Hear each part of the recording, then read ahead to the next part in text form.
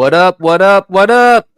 Welcome to another episode of the Sports PSP podcast. Hope everyone is enjoying a fantastic Friday evening. Hope everyone had a wonderful day coming off work, school, whatever the case may be.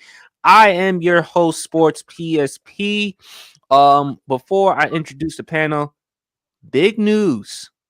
Sports PSP podcast has now reached a new milestone, 95,000 subscribers.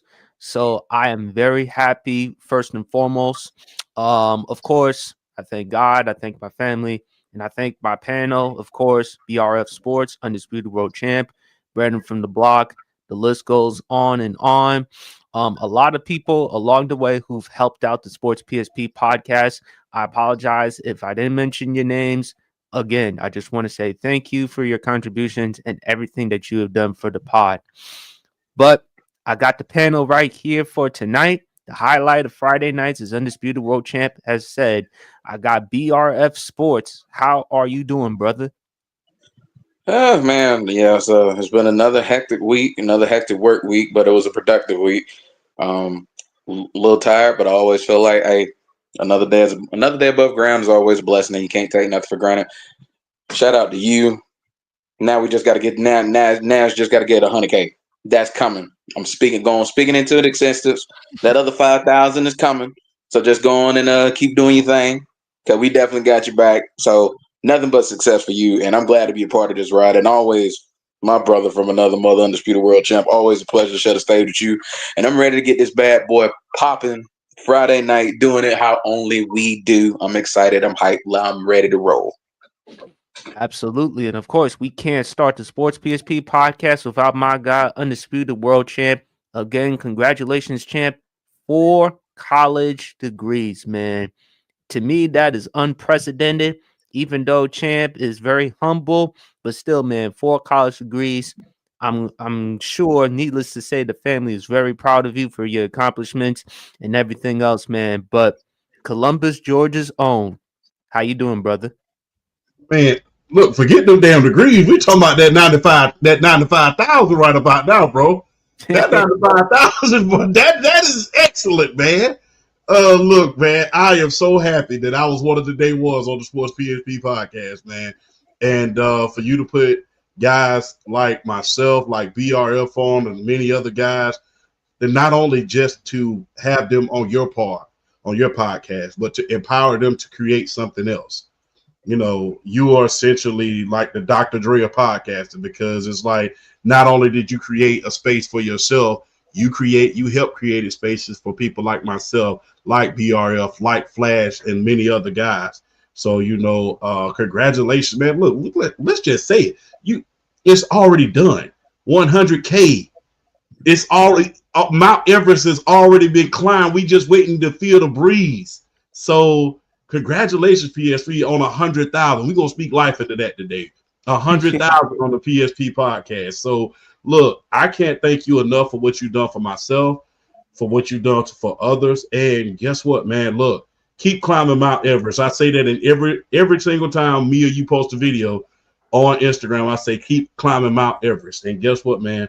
Mount Everest is almost climbed. You're almost there, and I'm damn proud of you, bro. Excuse my language, but I feel like a brother just cheering behind the fence, man. Keep on going, man. I'm darn proud of you, bro. I appreciate that. Not a word misspoken in that entire line of phrasing. Champ hit everything on the head, brother. You deserve all the praise and success for what you're doing, man. And honestly, I appreciate Champ for even just throwing me out there as well, like suggesting me, hey, I got this guy BRF, man. He kind of on the come up, man. I want to put him on too, and I appreciate both of y'all for just giving me any type of like publicity spotlight, anything like this, man. So like, hey, like I said, man, it's just crazy to be a part of the ride, man. I'm just excited, and I'm ready to keep it going, man. I mean, it don't get no better than this, man. It don't get no better than it. It really doesn't. And one of the guys who's checking out the pod right now is Harrison. How you doing, brother? North Carolina's own Duke had a big game. Cooper Flag the other night, 30 points, 6 rebounds, 7 assists.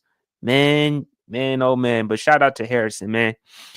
Speaking of March Madness, unfortunate news, fellas. JuJu Watkins, the star guard of the USC Trojans, college women's basketball, suffered devastating injury, torn ACL. Really sad, really unfortunate news. But I don't believe it's the end for JuJu Watkins. I believe she'll be fine. It's just really unfortunate, but unfortunately, that's just how it is with sports. Injuries come along the way. Champ, you can understand that as well. What were your thoughts about it? Champ, whoever wants to go. Man, not only was JuJu Watkins is the face of college basketball as far as on the women's side. Yes, People can say Paige Beckers, people can say Fly J. Johnson. They're all over the place as far as commercials, but the face of the women's basketball, in my humble opinion, is JuJu Watkins. And it's just unfortunate that we had to lose her at such a critical time, man, because guess what? We wanted to see if the Trojans, if USC, the real USC can overtake the USC in South Carolina. Everybody was looking to see if the best player in the nation was going to be able to lead the Trojans over the Gamecocks. The potential dynasty that is South Carolina and CEO Don Staley. We was all looking to see that. And unfortunately, although they have good other players, I don't think we're going to see that this year, man. But look, we're fortunate. We are very, very fortunate to be in a place where modern medicine is at its peak. We've seen guys and women, I will say, come back from ACL injuries, not just in the allotted amount of time, but in situations where they came back a little bit early.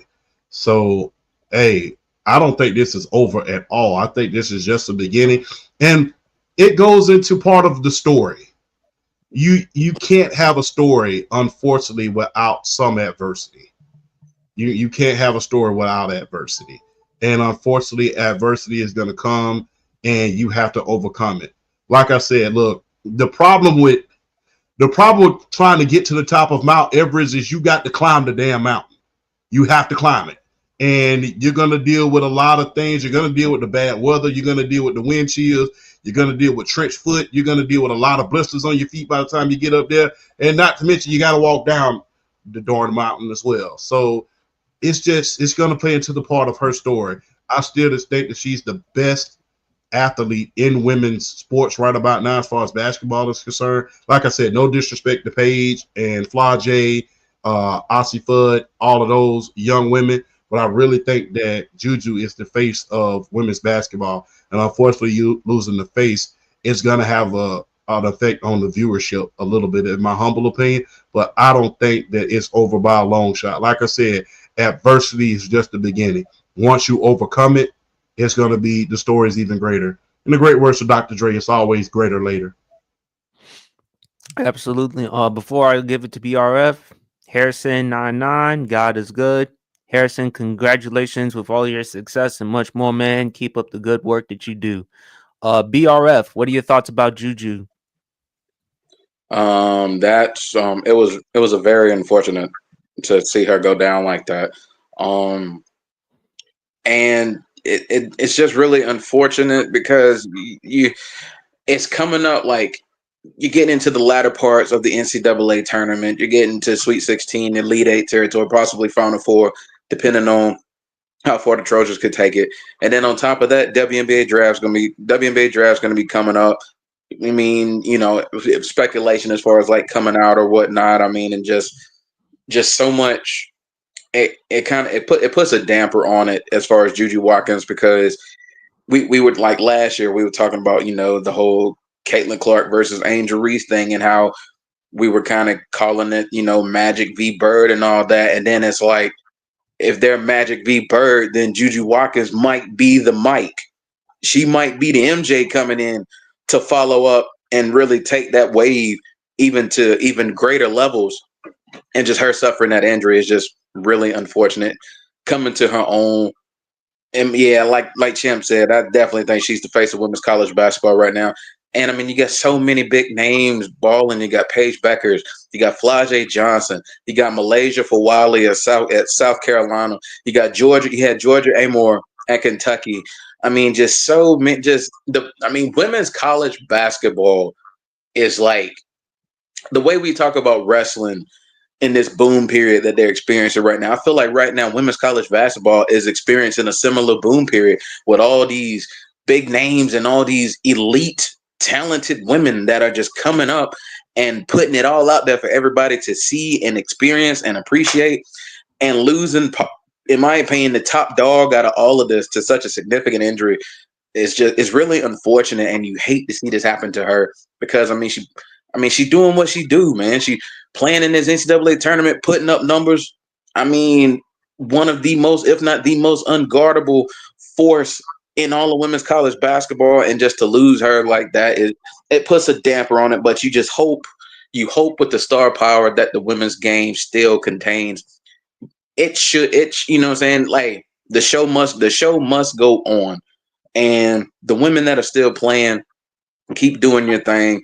It's just a wonderful thing to see women's college basketball thrive. And you just hate seeing her, but I definitely don't think it's the end for her either. I think she's going to come back. Minor setback for a major comeback. That's really what I feel with JuJu Watkins. I think she's going to come back stronger, better, stronger minded. It's adversity, and I feel like this is definitely going to test her will to see how much she really wants this. And I think she's going to pull through, and it's going to make her not only a better basketball player, it's going to make her a better person in the long run. So I'm rooting for her to come back, make a full recovery, and then ultimately make it into the WNBA and become one of the faces of that league as well. So as unfortunate as this is, I don't doubt her ability to make it happen and come back, because I'm definitely a humongous fan of hers. So I'm pulling for her to get through stronger than ever, and really and hopefully take her game to another level as well, along with the other great women's players. So it's unfortunate, but like I said, it's a minor setback for a major comeback. I think she's gonna come back strong, and I'm rooting for her to get through this and just be the JuJu Watkins we love and appreciate, watching her go out and ball like very, very few men or women players ball like her. So it's unfortunate, but I'm excited, and I'm just praying for the comeback. I definitely think she's going to do it. JuJu Watkins ended the season averaging nearly 24 points per game, near 7 rebounds, a little over 3 assists, shooting a little over 42% from the field, 32.5% from three-point range, 82% from the free throw line. USC 30-3. They got a big game on Saturday night against Kansas State. You can check that game out tomorrow, 8 p.m. on ESPN. Unfortunate news, but JuJu Watkins, whatever kills you only makes you stronger. So I believe she'll be just fine. But fellas, boy, yeah, As soon as that first sound effect came out, I was like, yeah, I know what topic we about to go in. Oh, you know exactly what we get into. Champ, I'm gonna let you go first because you've had a lot to say on TikTok, and I'm tired of this between LeBron and Stephen A. Smith, because LeBron went on Pat McAfee show. He talked about Stephen A. Smith. He talked about how Stephen A. is on this Taylor Swift tour. Stephen A. Smith responded. He said that he would have swung LeBron James if LeBron James tried to be physical with him. Last time I checked, LeBron James is 6'9", 250. Stephen A. Smith is about 6'1", $180-ish. And I don't understand why Stephen A. Smith said it, other than the fact that he's just trying to get headlines and attention. Look, LeBron is not. LeBron was wrong by putting the pressure on Bronny by tweeting and saying that Bronny's better than half of the league. And look, champ, you and I, we had this conversation. We had no problem with LeBron James confronting Stephen A. Smith. However, we do agree he could have handled it behind closed doors. But you told me before, hey, he's a father.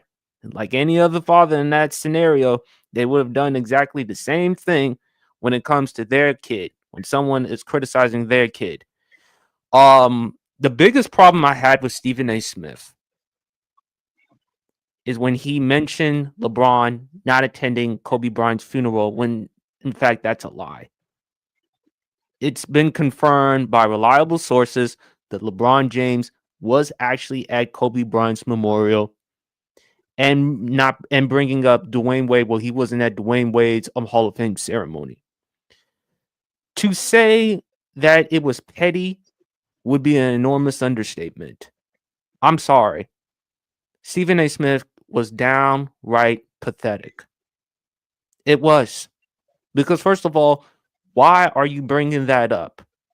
What's the point of bringing up those two things? There's no relevancy to this. I have no problem with Stephen A. Smith criticizing an athlete, just like any of us would be criticizing an athlete as it pertains to their game. Look, LeBron made it clear. Hey, he said, I don't want any NBA team to draft my son. Let him come to the Lakers. No problem with that, because nepotism. Let's not act like nepotism hasn't happened before. Let's not act like it's unprecedented. So LeBron's going to have to accept criticism as it pertains to not only the basketball player, but also the GM, the basketball decisions and stuff like that. And listen, I agree with my man, Broad Sports. Please go shout out to Broad Sports. Go check out his content and everything else. He said it himself, and I think he made a very valid point. He and LeBron and Stephen A., they're known for craving attention. Whether they'll admit it or not, they do love craving the attention. I just think it's embarrassing because two grown-ass men, LeBron's 40 years old, Stephen A. Smith in his 50s, it's kind of like two uncles getting into a fight at a barbecue or a cookout. That's just me going on some petty nonsense. Hey, that's, I mean, I've seen it before. I've seen it with my own eyes, and y'all have seen it yourselves. I mean, you got a 40-year-old and LeBron James going at it with a 57-year-old and Stephen A. Smith, trying to act all street and stuff. Stephen A., the reason why you're acting like that is because A, you're trying to get clicks and headlines, and then on top of that, of course, you're behind the microphone. Would you have actually said it to LeBron James' face? Maybe you would, but I'm not sure it would work out for you well, because it's not just affect LeBron James' size. And look, when LeBron confronted you, of course, at the end of the day, you are a journalist, you are a reporter.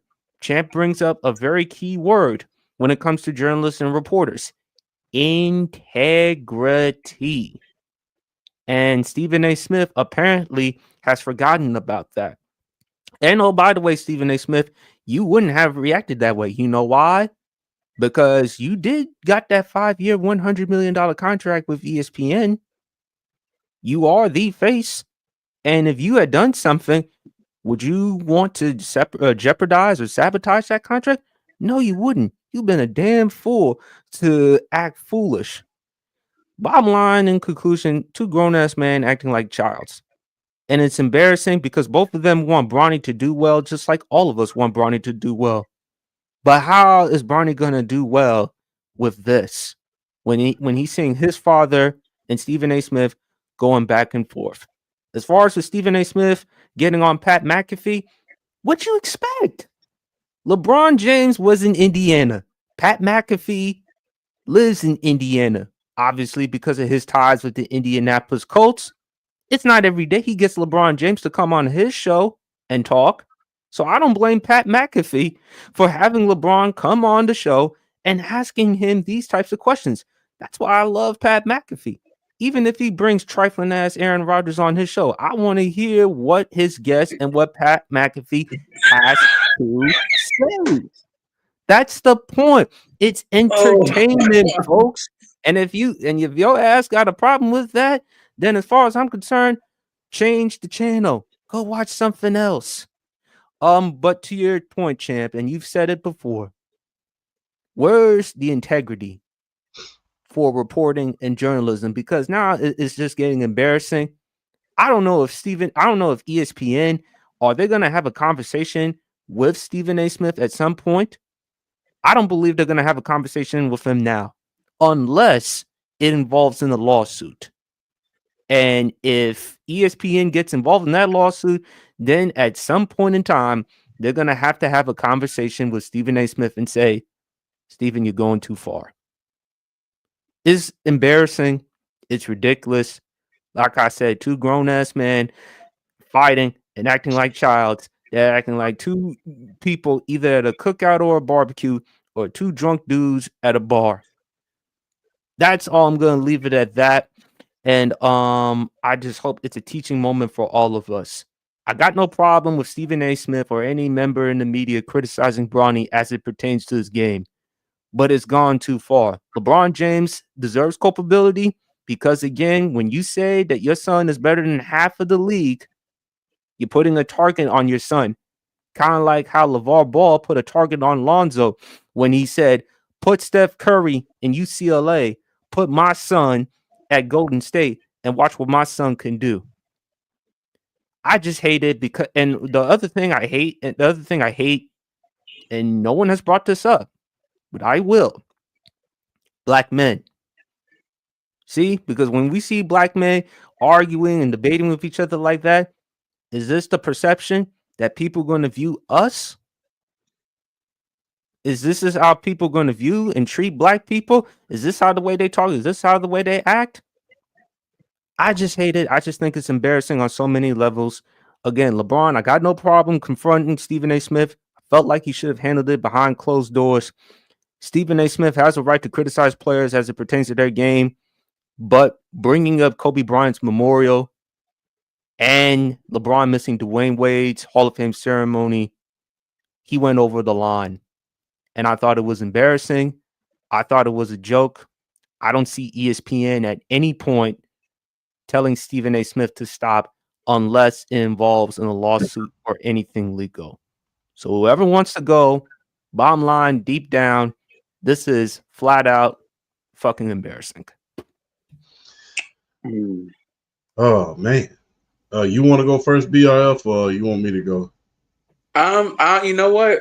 Because I've been thinking about it too, and yeah, I do. I kind of want to kick this off. I mean, because it is embarrassing, and then like to kind of lighten it a little bit. I did like that analogy that you used, PSP, like the two old dudes at the cookout fighting. Could you imagine that? Could you imagine that image? Just two old dudes at the cookout, both got the cigarettes in their mouth, barely hanging on, and they just fussing at each other for no reason. And then they start to fussing, and then they start swinging, and both of them just ain't hitting nothing but air. And then they both fall down at the end of the day, and they didn't solve nothing at the end of the day. That's LeBron and Stephen A. Smith. That's pretty much what all this is. Fighting for no reason. Ain't nobody hitting each other. Ain't nobody hitting each other at all. That's what this is. That's all this is. But to get that out the way, it's highly embarrassing just from the standpoint of when a situation like this occurs, there's never a winner. There's never a winner. No matter what is said, no matter what no matter what stone is thrown, unturned, it doesn't matter. There's never a winner. Because you can nitpick and you can just pick out certain ways in arguments and statements and stuff like this where each one are just wrong. Starting like with LeBron, for instance, like he made a point I didn't like him calling out Brian Windhurst the way he did. I did not like him calling him out at the end. I did not like him calling out Brian Windhurst because he said it himself. And I saw this, somebody was talking about it. I think Stephen A. was talking about this. This is where Stephen A. did make a good point. No one has covered, followed, reported on LeBron James more than Brian Windhurst. And Brian Windhurst has been covering that man since his junior year of high school. It's been covering him since his junior year of high school. So nobody knows the ins and outs better than him. And it's like, bro, like you said it yourself. Don't get on Pat McAfee's show with your chest puffed out, trying to be all tough and hard and big and bad, trying to call this man weird, talking about like best friend, like consider himself a best friend and all that stuff is weird. It's like, that ain't the point, man. Nobody's covered you more than him. So I'm pretty sure he has a clear understanding. He might not he's not psychoanalyzing you by any stretch of the means, but at the same time, he's covered you more than any other reporter since you were birthed into existence when you were at St. Vincent St. Mary's. And I didn't like him calling him out like that because nobody's defended that man more than Brian Windhurst either. Nobody's defended that man more than him. So he was very wrong calling him out. And then, like, Bron has to understand.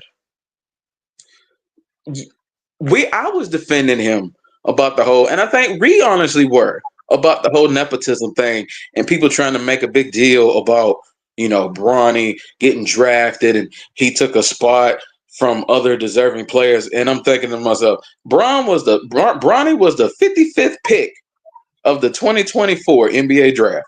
I want y'all to answer me this. Whose spot at 55 were we really waiting to see drafted before Bronny James? Who were we waiting on that late in the draft? We weren't waiting on nobody that late in the draft.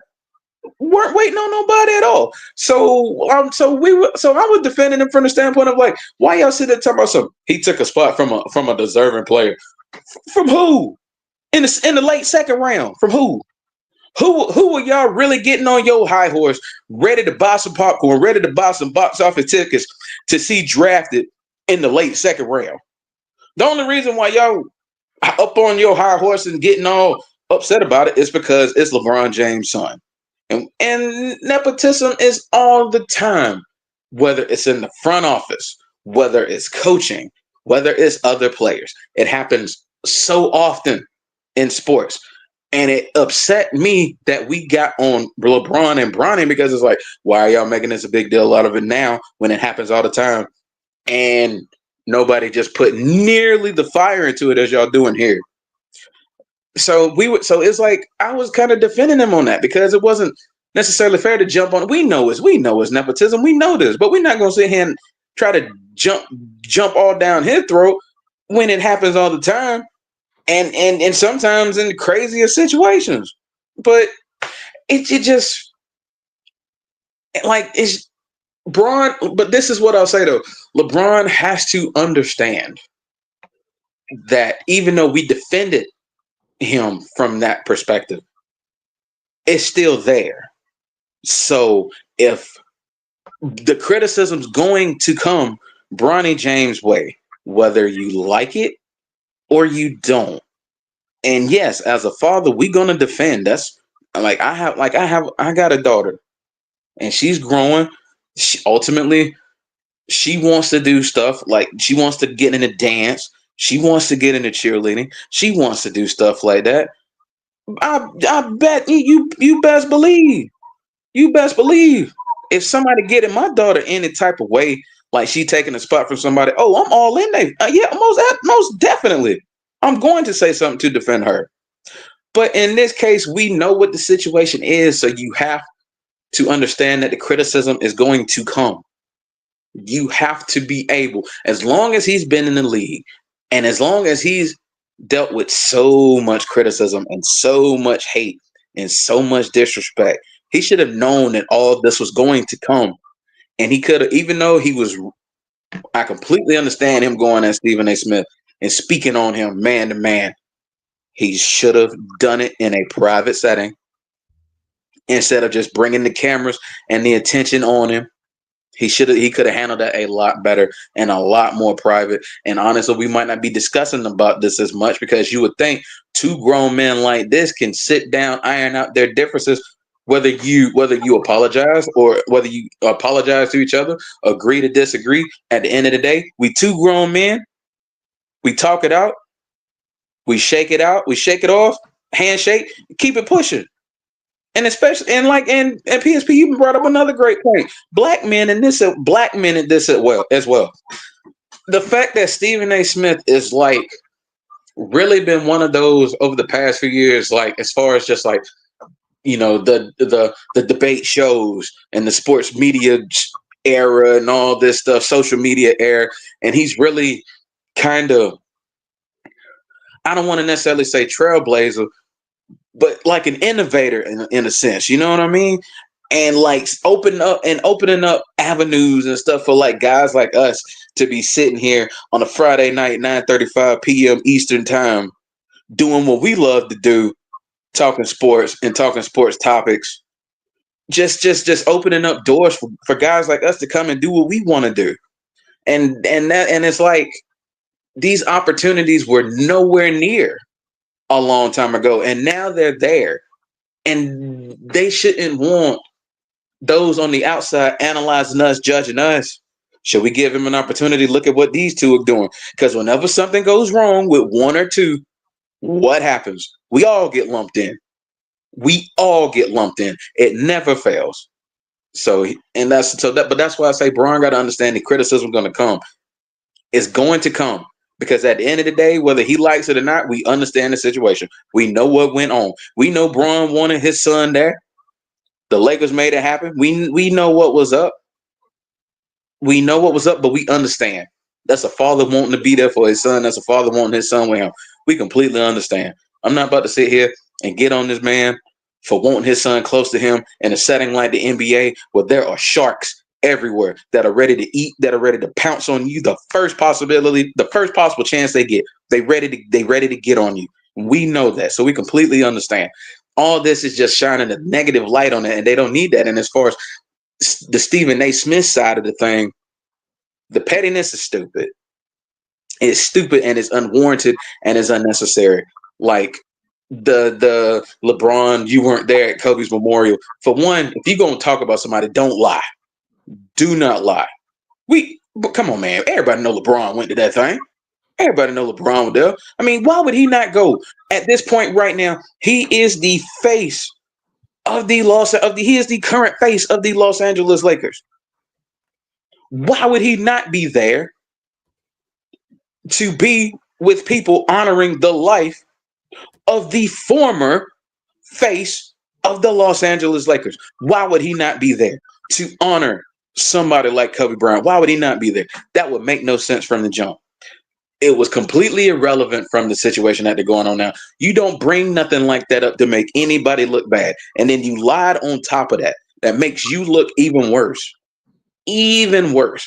You being one of, if not the face of ESPN, that put such a light on you, and the fact that they gave you that big freaking contract. Not to mention, he's a journalist. And again, when you're a journalist, you always got to report the truth. Because again, if you lie, especially the way that Stephen A. did it, people are going to start questioning your integrity. Exactly. And I'm still in the movie quote. And people could say all they want to. It fits. Scarface. Legendary Al Pacino. Tony Montana. I'm going to try to get his voice, but here we go. The only two things I got in this world are my balls and my word. And I don't break them for no one. I mean, come on, man. That's integrity. That's being a man and living up to your word. Stephen A. Smith doing something like that ain't integral at all. In the least bit. You don't call out anybody like that to be petty. I don't care what you're trying to do. I don't care what type of agenda you trying to push. That right there, you do not do. Because you're calling out another man's manhood. You're calling out another man's integrity. You're calling out another man's reputation. And you lying on top of that only makes you look that much worse. And I'm talking about, he better have shot that tweet out. He better have shot that apology out, which he did. And kudos to him for that. But honestly, you almost were at a point where that tweet even still would have been too late, because you literally trying to damage another man's reputation for your feelings being hurt. You don't do that. You don't do that. Like I said, all this could have been handled in more of a private manner, whether you agree to disagree, apologize to each other, you shake hands and you keep it pushing. At the end of the day, you two grown men, you in the sports world, you trying to make a living, you trying to get this money. LeBron still being one of the best players in the world. Stephen A. Smith being one of the more recognizable faces in the journalism world. You trying to get this money. We can talk about attention and all this other stuff. At the end of the day, what it's about. We trying to recoup here. At the end of the day, we do this so we can get so we doing this so one day to get a break so we can get ours. Y'all are getting y'all's now. Y'all are getting y'all's now. You better keep making it happen, because you best believe these high-end companies, these high-end corporations, you don't think they'll take from you the first chance you get when they feel like you messing up and you ain't contributing to their brand? They don't. What? Come on, man. They're not worried about you being Stephen A. Smith. They're not worried about you being LeBron James. They will thank you for your future endeavors and keep it pushing. They ain't worried about that. They worry about people that can make money for them, but not make them look bad. And Stephen A. Smith, he treading the line with this one. Because if anything, because like you said, you brought it up, PSP, lawsuits, anything like that, ESPN ain't worried about you being Stephen A. Smith. They will pull you to the side and say, look here, you either calm this down or you can hit the road just as quick as we brought you in and gave you that big money. ESPN is about an image, and they're about a brand in their own rights, and they're not going to let anybody, regardless of your name value, damage it. No matter how many viewers you bring to the table, no matter how much money you bring to the brand, they will kick you. They will kick you quicker than a New York minute, and will smile and keep it pushing while you gone. They're not worried about that. So that's what I'm looking at. So that's why I'm looking at it from both perspectives, because at the end of the day, y'all got to do better. This whole situation has just been unnecessary and unwarranted. And the fact that we're doing this about a 20-year-old kid who got drafted with the 55th pick of the second round of the NBA draft is one of the more baffling situations I have seen in years. Yep. And it's crazy. And at some point, they need to draw a line. They can't let this get worse. For their sake, they better not let this get worse, or the consequences could be money costing, particularly on Stephen A. Smith's part. So he better find a way to level this out now, or he might just have to stick with podcasts, because ESPN ain't gonna have him on no more. Yeah. Before I let Champ go, and I also want to make one point. Shout out to our guy Dennis Holmes from the Ignorant Sports Podcast. Also check him out on Stay Tuned Live Podcast. Yo, fan, he said Disney don't play. No, especially they do not play at all. The reason why I have a problem, before I let Champ go, the reason why I have a serious problem with Stephen A. Smith bringing up LeBron not attending Kobe's memorial in which he lied. Why? First of all, even if LeBron James missed the memorial or did not attend the memorial, is there any shame to that? No. And the reason why is people grieve differently. People cannot handle funerals or memorials or things like that. So if LeBron James, even if he missed the memorial or something like that, I wouldn't have a problem with it. I don't think Champ would have had a problem with it. Neither would BRF, neither would any rational person. So why bring that up? What's the point in all of this to bring up someone missing a memorial? Like, because someone missed a memorial or a funeral, there has to be shame to that? Maybe because they just can't handle that type of situation. And honestly, I don't blame them.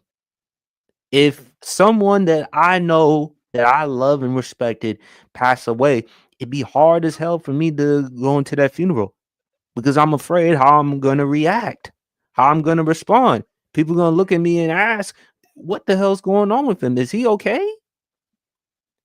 That was the other problem that I had. But Champ, the floor is yours. Do y'all realize how many how many missed opportunities that the ESPN is missing because of this one no story? Because there's really a no story at this point. Do you realize that we have the potential to see two very good small market teams in the NBA Finals at this point? In Cleveland and Oklahoma City? Oh, I saw that list of stuff that you sent me in which they could have talked about, Champ, and instead of that, they disregarded it. Yes. We could be talking about Kawhi Leonard making an epic comeback. We could be talking about the ramifications of what could happen as far as Giannis staying in Milwaukee because Dame is out with the blood clots. Houston is in second place in the Western Conference. 10 out of their 11 won 10 out of their last 11 games. Thank you. Memphis, they just fired Taylor Jenkins. We could have talked about that. The Lakers are in fourth place. The Lakers are in fourth place. Mm-hmm. We don't know if Giannis is going to, because he said something at the beginning of the year. I don't think people is realizing. He said, if I don't win this year, I think I'm going to be traded. So we got all of these stories that we can be talking about, not to mention the MVP race, because people still think that it's neck and neck between SGA and Jokic. Because just when SGA has a hell of a game, guess what? Jokic comes back and have an incredible game. So it's still a toss-up. Although SGA is leading the league in scoring at this point by a mile, I think. So those are the articles that we could have talked about, today, yesterday, building up. And what's hurting the NBA is lack of story. Lack of story. Those are the stories that we could have talked about. Instead, we're talking about this nonsense between two millionaires, mega millionaires. Now, I'm going to just be real. Piggybacking on you and BRF's point about LeBron not attending Kobe's memorial. There was an article written by Sports Illustrated that said that because, LeBron requested not to be recorded during that time. There was an article written in 2020 right after that funeral because rumor had it that he wasn't there, but come to find out, he just requested not to be recorded. It was an emotional mess. Yes. And that article specifically stated, Kobe's funeral is not about LeBron James. That article was written in 2020. And they were absolutely correct in that assessment. What does him going or not going to a funeral have to do with basketball? That is not your job. And even if he didn't go there, can you imagine? Let's just put real life in front. Can you imagine me going out here after the show one day and me going out there, let's just say getting a hot dog. I get shot in the head or something like that. I get on the live. Can you imagine somebody talking about, well, PSP and BRF wasn't at Stefon's funeral? Who cares? I've been doing shows with these guys for almost 2-3 years. I don't know how they're going to react. My family doesn't know how they're going to react. So what does that have to do with anything? You're bringing up irrelevant things like you wasn't at the Rain Wade stuff. It's kind of like you getting into an argument with your girlfriend and she bringing up stuff from the past. It's like, yeah, I didn't tell you about them times you didn't wash the dishes.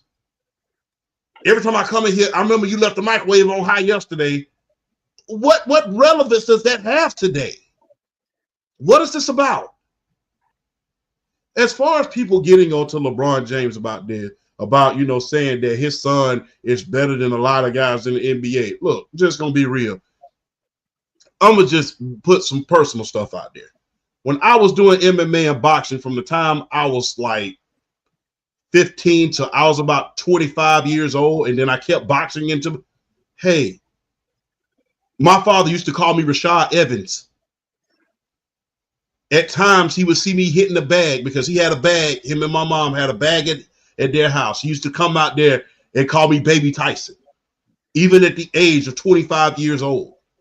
So I don't have no problem with a father believing that his son can do anything. And guess what? He's proven that he can do it. The guys who was drafted in the second round, what are they doing right about now, even in the G League? Not one thing. In fact, half of them averaging less than 9 points. So I don't have any problem with him saying that I believe my son can do anything. That's his job as a father, to be encouraging, to be uplifted, to say a lot of great things about his son. You really think, to bring up, what PSP brought up earlier, you really think my father's not talking about me right now where he works at? So, and I'm 37 years old. So I don't have no problem with him saying that. The problem I have is when people try to blow it out of proportion. What father is not going to say that? What father is not going to say, hey, my son is great. My daughter is great. We don't get on to know. I mean, what is it about? What we're getting away from, and we got to do a better job of doing this, and I'm guilty of this myself, we got to get out of this drama crap when it comes to sports. We got to get out of it. Because the thing is, it's not doing anything but hurting the sport of basketball. That's the thing that's hurting the sport of basketball. When we talk about the NFL, we don't talk about no doggone drama. We talk about the stats. We talk about MVP races. Who has the potential to win the Super Bowl, free agency. We talking about the stuff that matters. We're not looking at some drama, looking to try to pull a story out of our behind, unless it pertains to something like what we was talking about last week with Antonio Brown quitting on his team, with T.O. yelling at somebody on the sideline, when Dez Bryant was yelling at someone, Tom Brady, something like that, that could potentially cause a disruption in the locker room or something like that. That's when you start bringing up the drama. But this is nothing like that. This is the media versus the player. And it should not be like that. And I commend Brian Windhurst for saying one thing and one thing only. LeBron doesn't owe me anything. He's done a hell of a lot for me. He's done a hell of a lot for his community. He's done a hell of a lot for the city of Cleveland. LeBron owes me nothing, and I will continue to support him. That's how you take the high road as a reporter. And look, although LeBron was kind of petty about it, LeBron has been silent about a lot of criticism that he's been receiving from Skip Bayless, from Charles Barkley, from a little bit of everybody for almost 22 years. He's been silent. He's never responded. He's never retaliated. He's never said a word. You ain't never seen him on a sports show. You saw him on the barbershop, his own show. But he's never retaliated or attacked the media the way that he's attacking them right now. In the great words of Nas, I let this stuff slide for too many years. So when I don't respond for 22 years after you've been attacking me, attacking not only me, but spreading rumors about my family, because this ain't the first rumor. This ain't the first time we heard about LeBron James and his family. This isn't the first time, not what was spoken of, but this is the first time we've heard about LeBron James and his family. Oh, we've heard countless. Yes. So I've let everything slide for so many years. Now all of a sudden I snap and pop. Now all of a sudden I'm the bad guy. To heck with you. See, the thing is, everybody's so quick to pick up their phone and record a response. But they don't tell you what they did before that. You're talking about how I'd have swung on them. Or for what? It would have been a one-hit quitter. Him hitting you and you hitting the ground. Facts. So, I mean, if Stephen A., I don't even trust you around me, even at my even past my prime right now. I don't trust you around me. Don't stop painting these illusions about yourself that the problem with social media is this. It's made people feel way too important than what they really are and made them feel a little bit too comfortable with not being busted in the mouth. Can you imagine if Stephen A. would have said something like that to Charles Oakley back in the day? His ass would have gone whooped.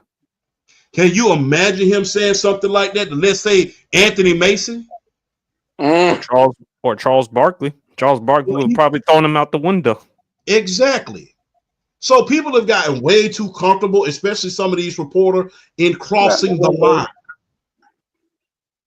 Because back in the day, you'd have got chin checked. All of those players that I just named, Charles Oakley, Even Bill Cartwright. Remember what he told Jordan? You ever speak to me like that ever again in front of people, you'll never play basketball again because I'll break both your legs. This is documented. So the thing is, social media has made a lot of these reporters way too bold, and they're way too comfortable with getting personal. Talk about the stats. Talk about what he can do as a ball player. Talk about what he can do as a, as a mentor in order to help his team better. Talk about his potential run at the finals. Like I said, Brian Windhurst, even before that tweet came out where he said LeBron doesn't owe him anything, he said, I hold accountability on both ends. The media and the players can do a lot better with holding each other accountable. That's how you approach things as a journalist. And people can call it glazing. People can call it whatever they want. But he had a valid point. We as sports journalists need to get back to talking about the darn sport. We need to talk about the darn sport. It's already suffering in ratings at this point. It's already suffering in viewership at this point. It's suffering among the collective consciousness at this point. And we're sitting around here talking about two grown millionaires arguing amongst each other. And not only that, the media, that being Stephen A., is the antagonist in all of this. Mm-hmm. I'm going to end it on this note. Y'all probably old enough to remember. Y'all remember KRS-One and MC Shan? Yes. Yeah. Okay. Do y'all remember the DVD called Beef? Yes. Yes. You remember how he said that MC Shan could have won that battle between him and KRS? You remember what KRS said? That the one thing that could have lost me that battle forever, and you never would have heard from me ever again, there wouldn't have been 13 albums, there wouldn't have been a Stop the Violence rally, there wouldn't have been nothing. Do you know how he said that MC Shan could have won that battle? I can't remember. I've seen it, but I can't remember. He said, and I quote, MC Shan could have won that battle between me and Boogie Down Production simply by ignoring me and keep creating good music, because MC Shan could make good music. He said MC Shan could have won that beat simply by ignoring me. And you would have, and if he ignored me, you would have never heard of KRS-One ever again. That's what Stephen A. could have did. Simply ignored it. Somebody check you at the game about something. Hey man, that's a private matter. Not even going to address it. That has nothing to do with basketball and what we cover here. Done. This is not even a story.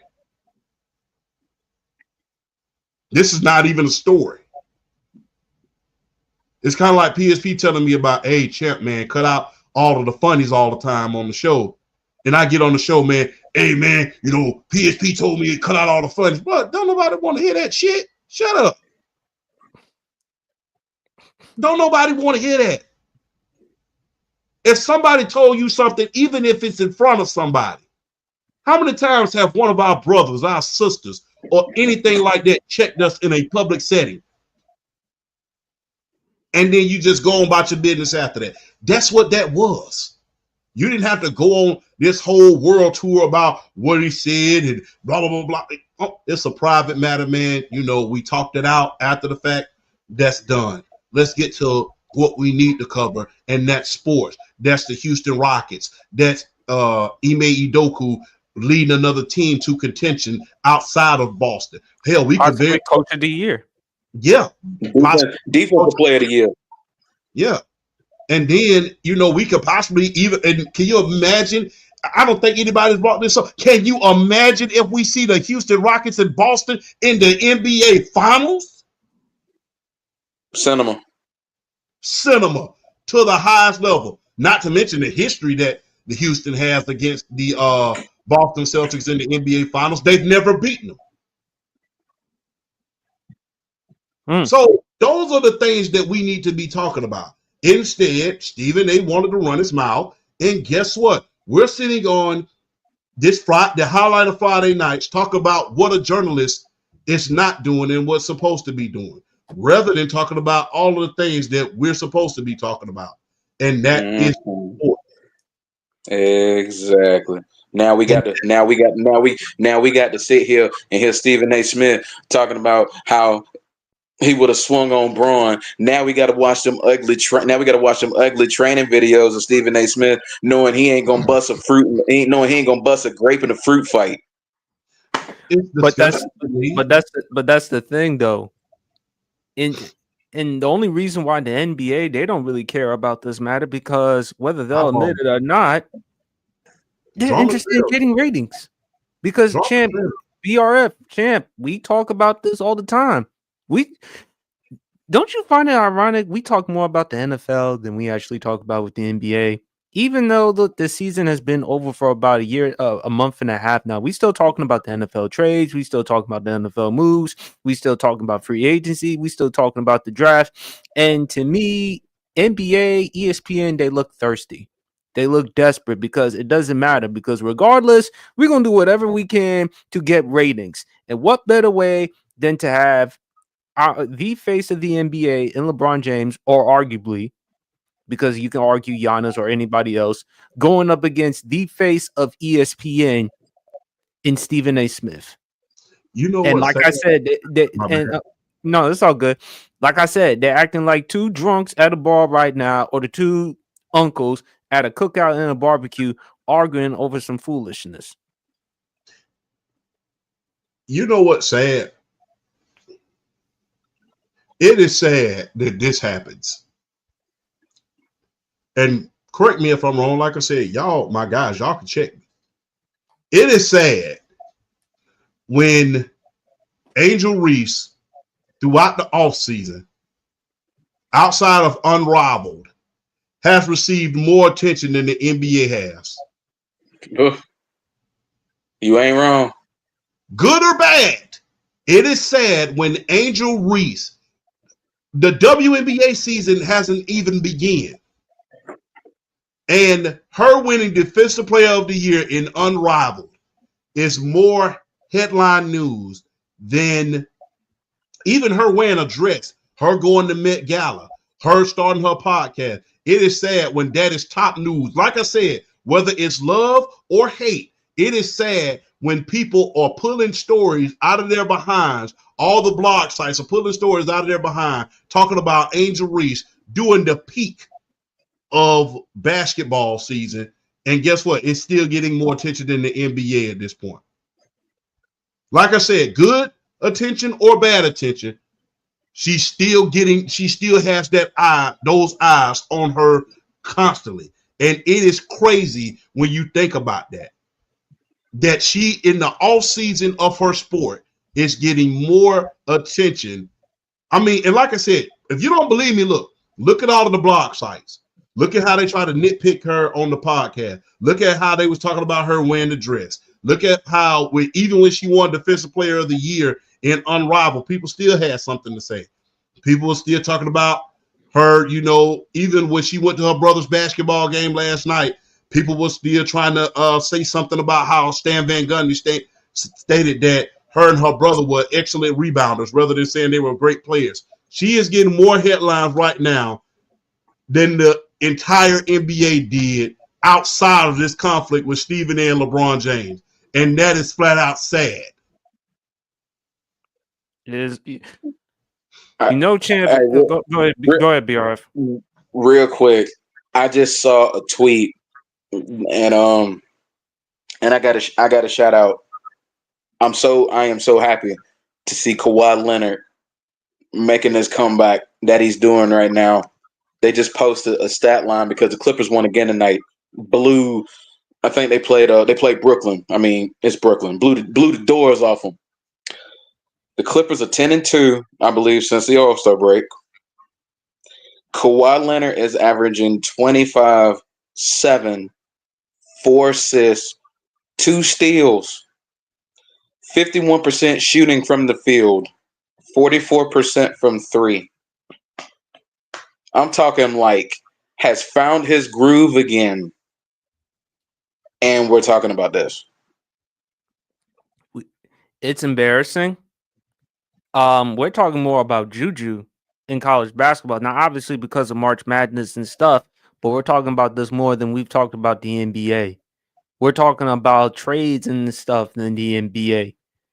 And another thing, I'm shocked that y'all didn't bring this up with the NBA, the Detroit Pistons turnaround. Because at one point, remember how many games they lost consecutively? Oh my God! You had Kyle Kuzma talking about don't be that team, don't be that team. Now they're like the 5th seed in the Eastern Conference. And no one has talked about the head coaching job. He's a lock for Coach of the Year. JB Bickerstaff, he's locked. Just mail Coach of the Year to Detroit right now because it's his. Especially who was your predecessor in Monty Williams, who went there obviously for the bag, but with the talent that he had last year, they were horrible. Now with JB Bickerstaff with this team, my God. And there are a lot of other things we could have talked about with the NBA. We could have talked about Jimmy Butler's return to Miami, in which Miami beat the brakes out of Golden State. There are far more fascinating things, but what it seems to me, ESPN is looking like the VH1 right now of sports. They're interested in drama. It's like Love and Hip Hop. Well said. God. I mean, damn, if I want to get that type of attention and fighting, I want to see Jim Cornette going up against Vince Russo. I don't need to see LeBron and Stephen A. Smith going at it with each other. And we're missing the point of sports. I thought sports was for something for all of us, a sanctuary, somewhere where we can just go, just watch the game, talk, have a good time and stuff. We can't even talk about that now. In ESPN, what does it say about you? It seems to me you're more interested, regardless of ratings. Heck, champ, I sent you the article. ESPN Sports Center LA, they're moving on and they're going back to the old headquarters back in Bristol, Connecticut. So this is just embarrassing. It's ridiculous. It's really unfortunate for Bronny because, again, we should be talking about Bronny's game, but we're talking about something that is far more embarrassing, and which is LeBron and Stephen A. are acting like fools. They're acting like fools in this situation, and it's just embarrassing. At some point in time, look, does somebody from their inner circle need to step in and say enough? Because I don't think ESPN, like I said, they're probably not going to do anything about it unless they're involved in a legal situation. Is LeBron or someone in Stephen A's inner circle going to step in and say enough? Y'all said what y'all said. It's enough. Let's move on. Let's get to it with sports. Let's go back to that because we've forgotten about that. And it's just embarrassing. And to your point, champ, you brought up with Angel Reese. As controversial Angel Reese is, we talk more about her. We're even talking about more about her improvement with her play. Fairness to her. She spent a lot of time working with the great Lisa Leslie. And we're talking about all this stuff. It's just embarrassing. It's just unfortunate.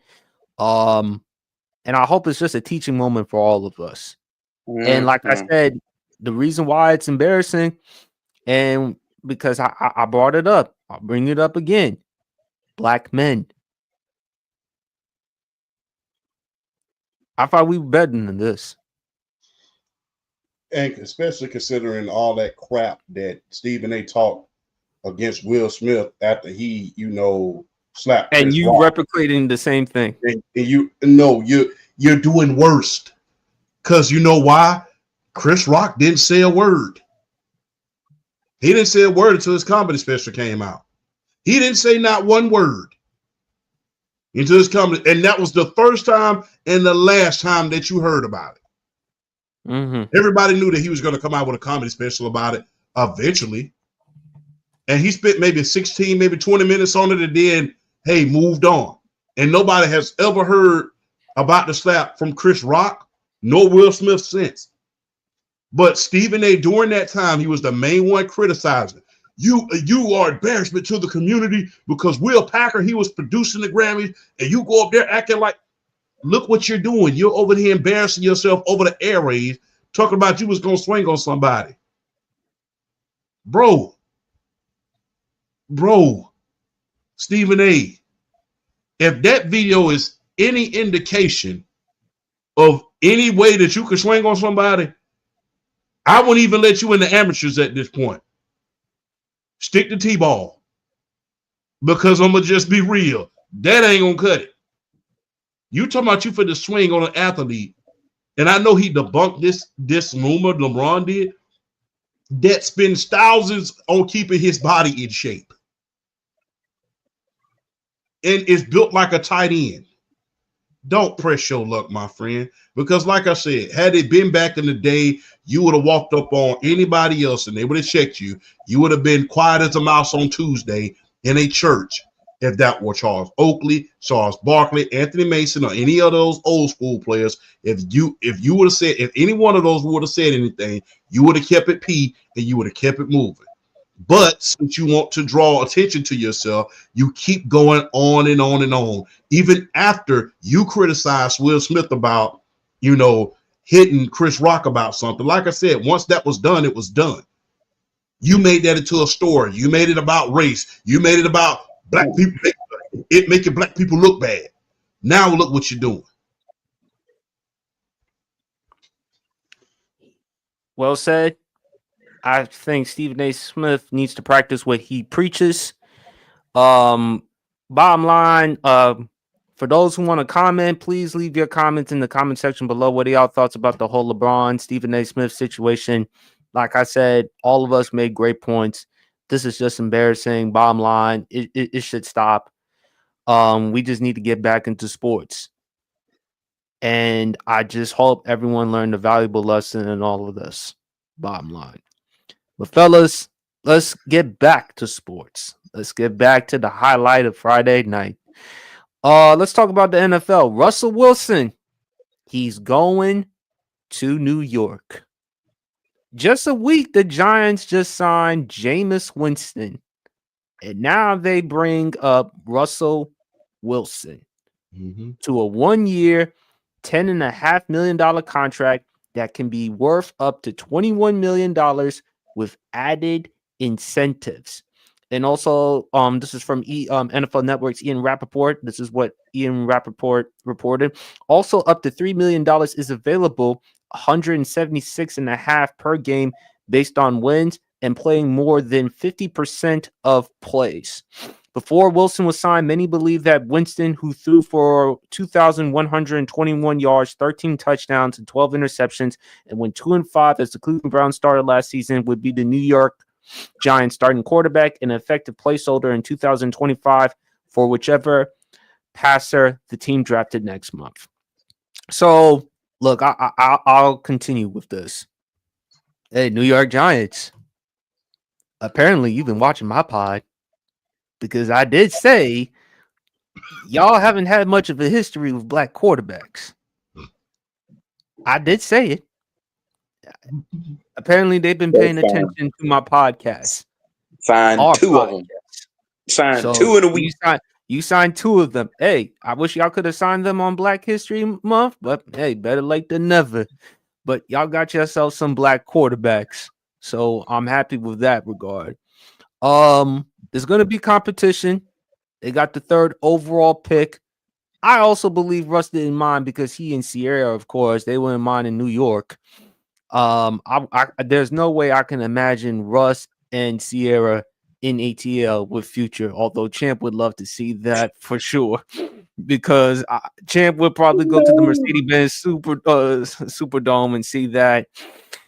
But look, the minute Russell Wilson leave a drive and they play mask off over the intercom, that's ball game. I'm walking out. That's done. But here's the thing. The New York Giants, they got the 3rd overall pick. Now, the Eagles, they're better than the Giants. Don't like to brag. My Commanders are better than the Giants. They have the 3rd overall pick. what are they going to do? Are they going to draft their future quarterback? Because again, it seems like Cam Ward, he's going to be the number one pick to the Tennessee Titans, Cleveland Browns. Are they going to draft Abdul Carter to pair up with Myles Garrett? Or are they going to draft a quarterback with a Shedeur Sanders or hell, Jackson Dart? Because Jackson Dart has been lighting him up, and he also lighted him up in the pro day as expected. So with the New York Giants, you have Jameis and you have Russell Wilson. I believe Russell Wilson is going to be the starter because, like I said, with Jameis Winston, 50-50.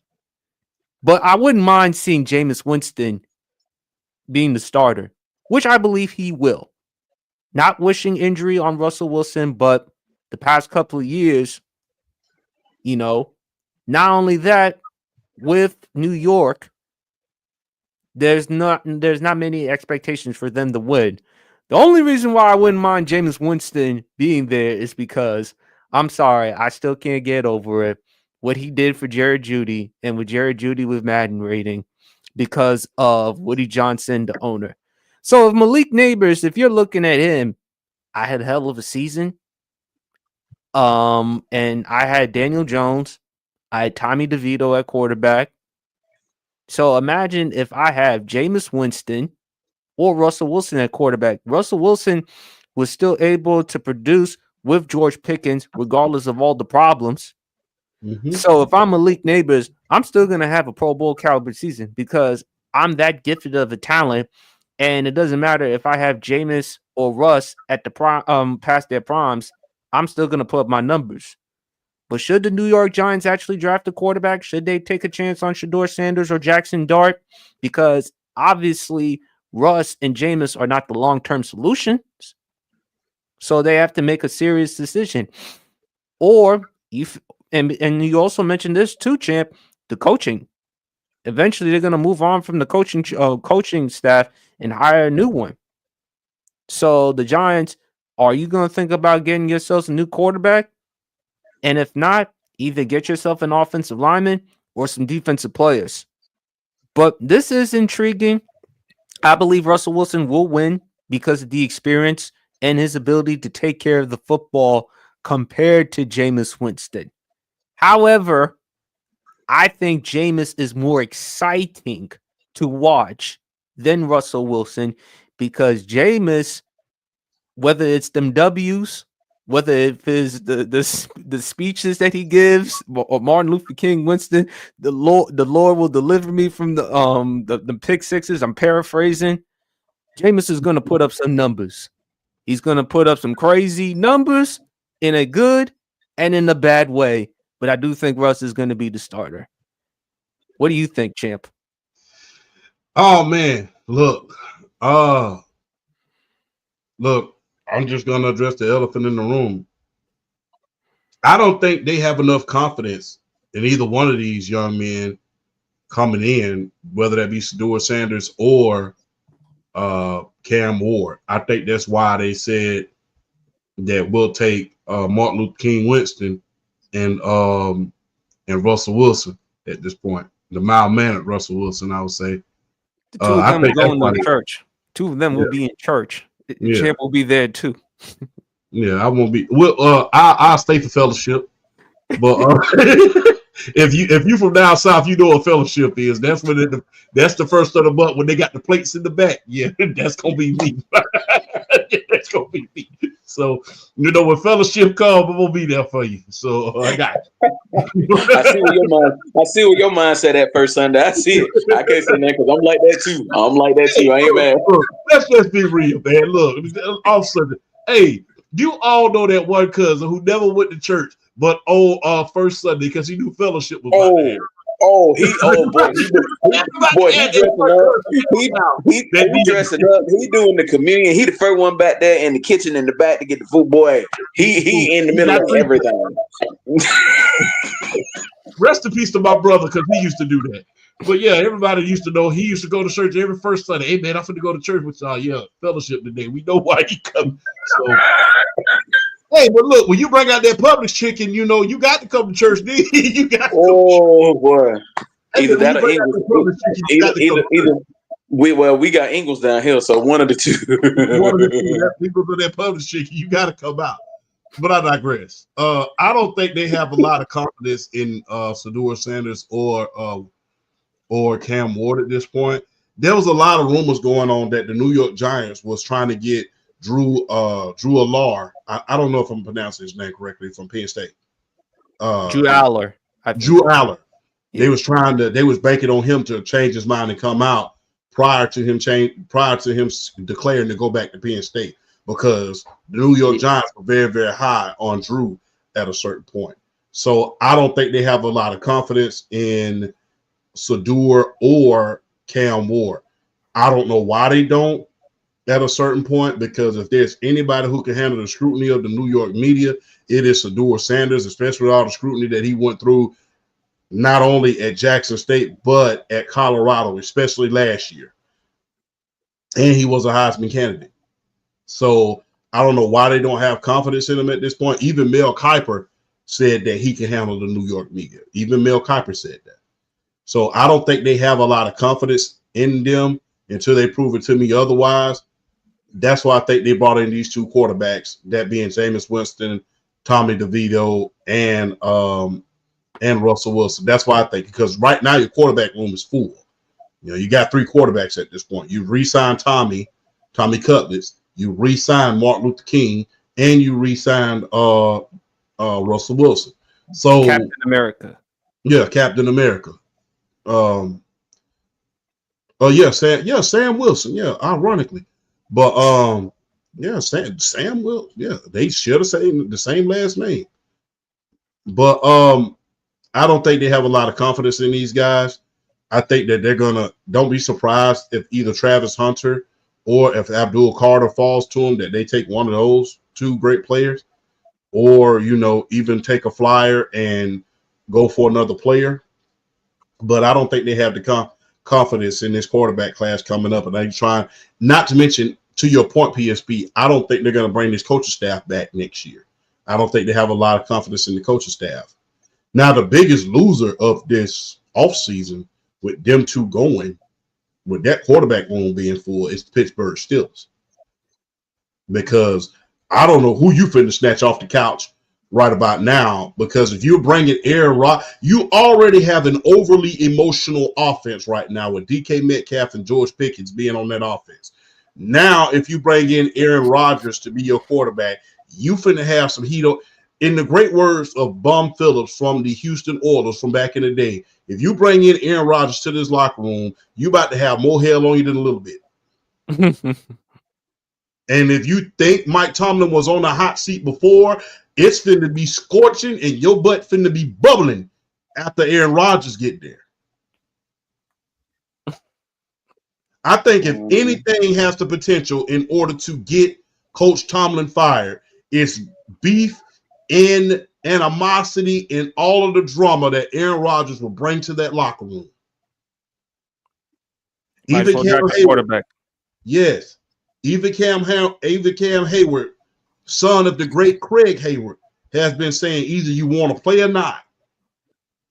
So the biggest loser of this situation, they've lost Justin Fields. Now they've lost Russell Wilson. The biggest losers of this situation has to be the Pittsburgh Steelers. So guess what, Pittsburgh? You got to draft a quarterback now. If you don't want to, you got to. So you better start going to church or saying your prayers and hoping that one of these guys fall to you. Because if they don't, and you got to sign Aaron Rodgers, that could be if anything could be the death knell for Mike Tomlin. Aaron Rodgers going to Pittsburgh could be.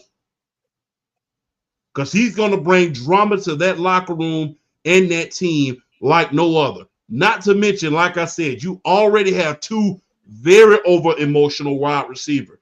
One, because of passion, and the other one cannot stand when he ain't getting the ball. So you're going to have a very overly emotional offense on your hands if you've signed Aaron Rodgers. So Pittsburgh, you're the biggest loser in this offseason outside of DK Metcalf as far as quarterbacks are concerned. You better get it together, start trading up, because right now you bring Aaron Rodgers in that locker room. That is the only thing that I can see potentially that could cost Mike Tomlin his job is bringing Aaron Rodgers in there. You stay away from him like the plague. You social, and how we used to do it back in 2020, you social distance away from him with quickness. Because if you do, that's going to be bad.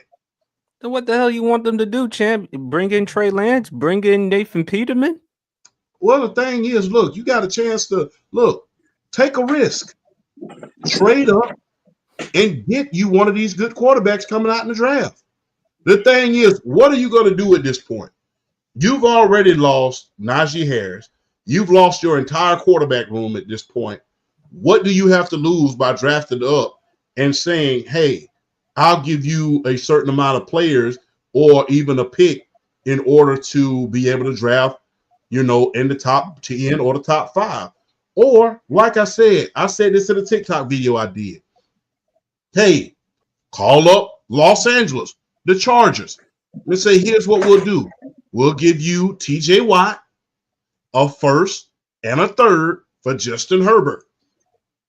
You got to do something, because time and time again, Aaron Rodgers has proved he's a cancer.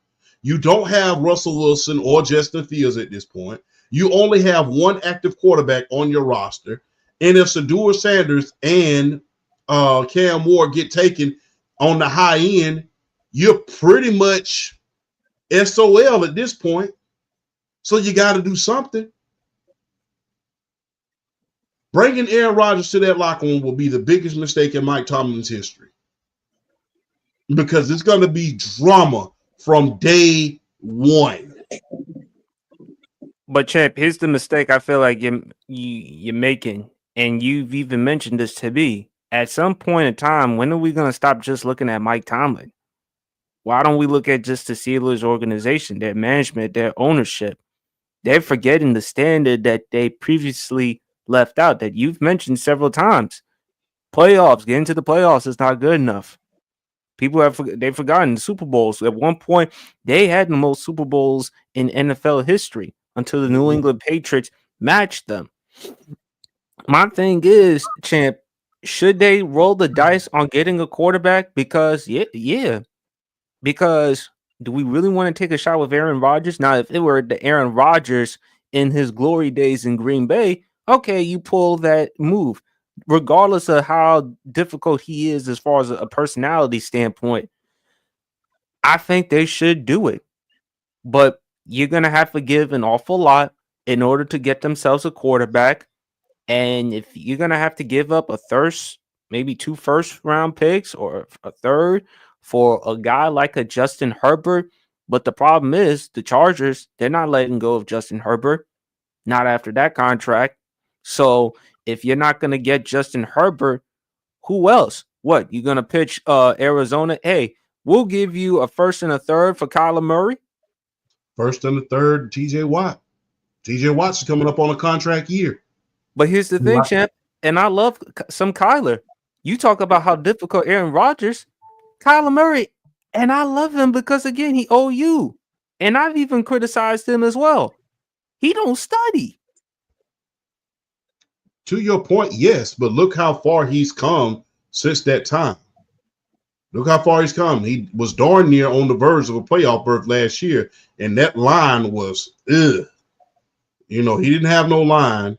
Now, granted, he will, with that old line in Pittsburgh, he'll be fine. But the thing is, Mike Tomlin, you're working with Kyler. How you going to work with someone like Kyler? Because, again, no matter what, they put a study clause in his contract, and he signed on the dotted line, showing how embarrassing that situation is. Even if Kyler makes a mistake, hey, they'll probably say, well, if you put that on that controller, if you spend more time watching film as opposed to playing Call of Duty or Fortnite or any other thing that you were on. Now, unfortunately for Kyler, when Call of Duty comes out, I think his record is like crazy.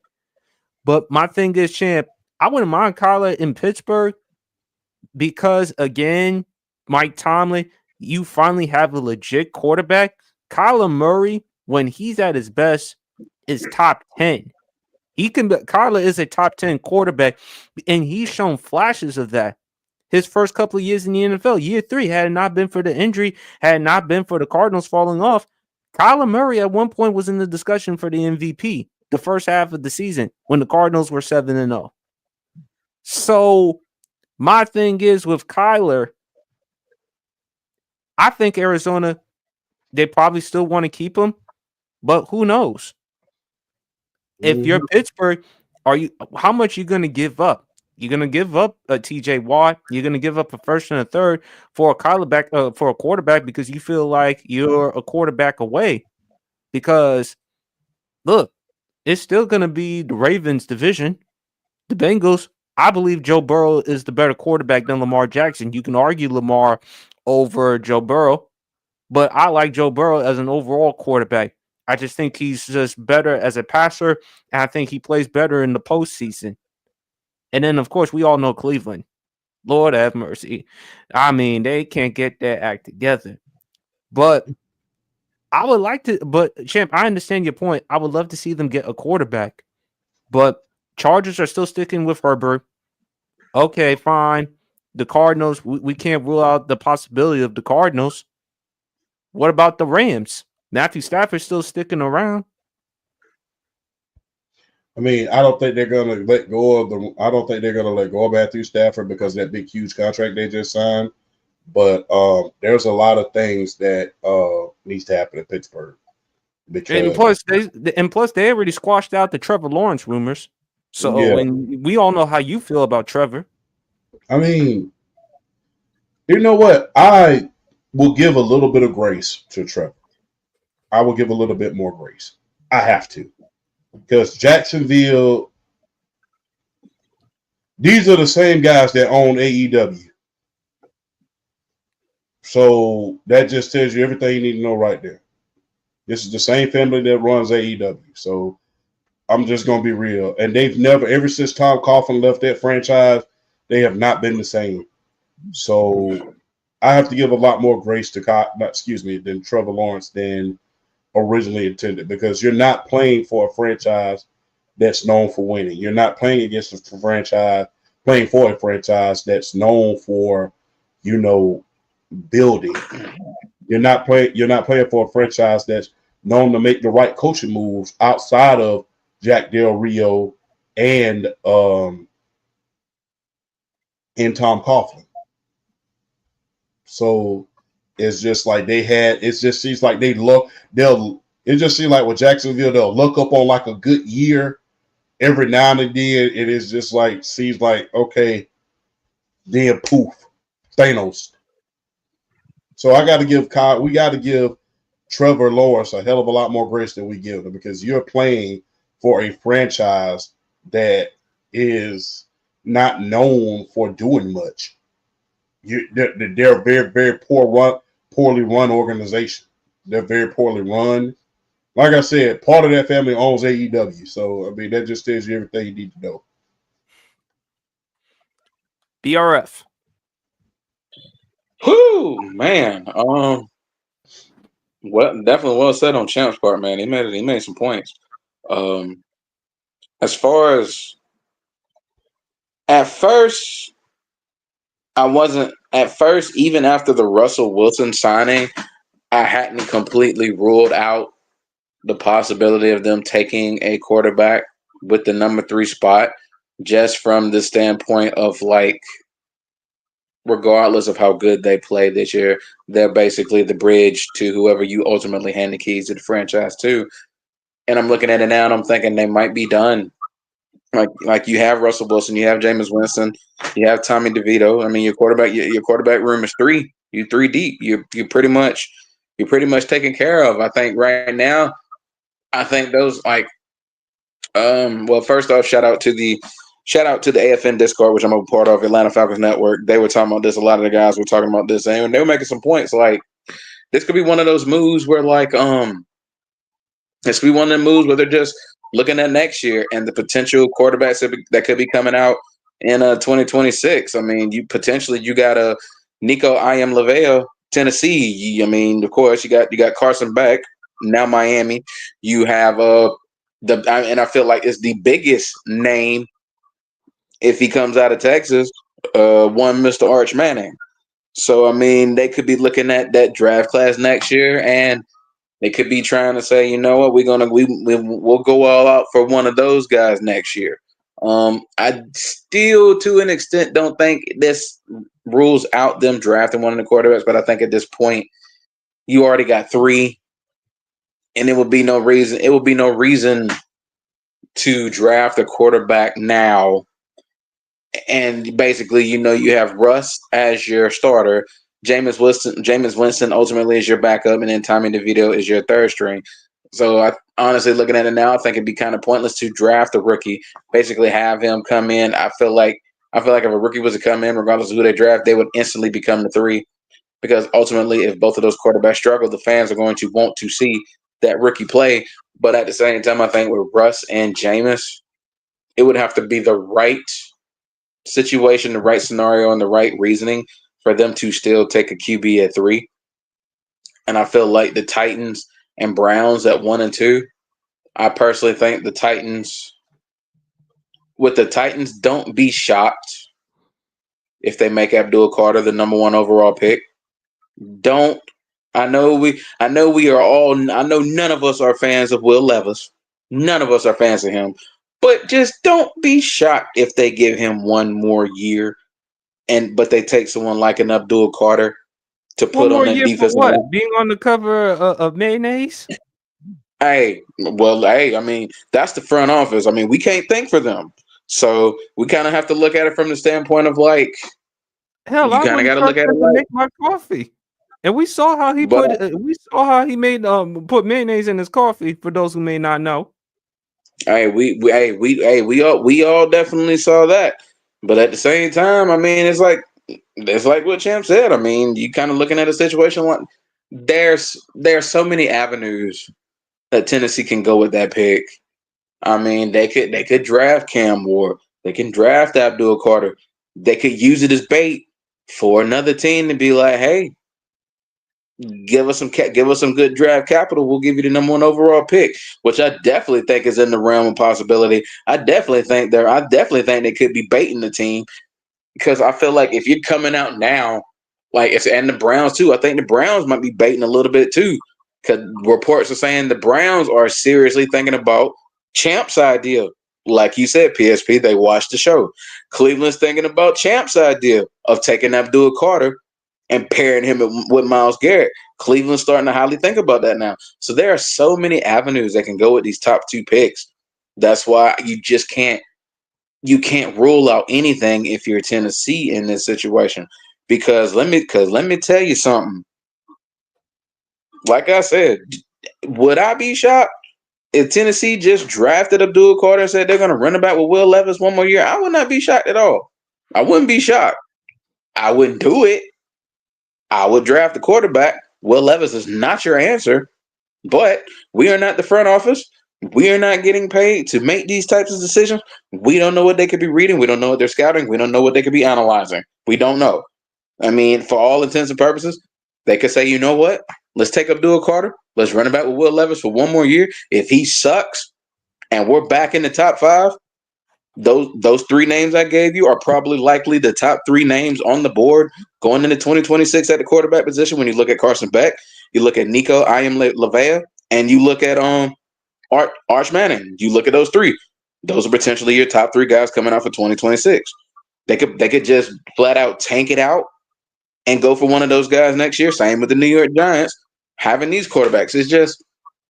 It's so wild, and it's just so unpredictable, these routes that they can go. I think I'm looking at now I'm going back to the Giants. I'm looking at the Giants, and I'm just thinking, I don't. If I was them, I would not draft a quarterback at this point, just because I wouldn't do it with Russ and Jameis. I'd probably play it out, wait till next year and get one of those guys. So you're looking at a Travis Hunter. You're looking at, I'm trying to think who else is there. Who else is there for the taking? I mean, a lot. I mean, it's a defensive draft, so I mean, there's a lot of really good defensive players out there. Like, I mean, you got You got Shamur Stewart out of Texas A&M. He could be there for the taking if you want to improve your defensive line. There are so many avenues that you can go. The Giants could say, you know what, we're going to hold off on quarterback until 2026.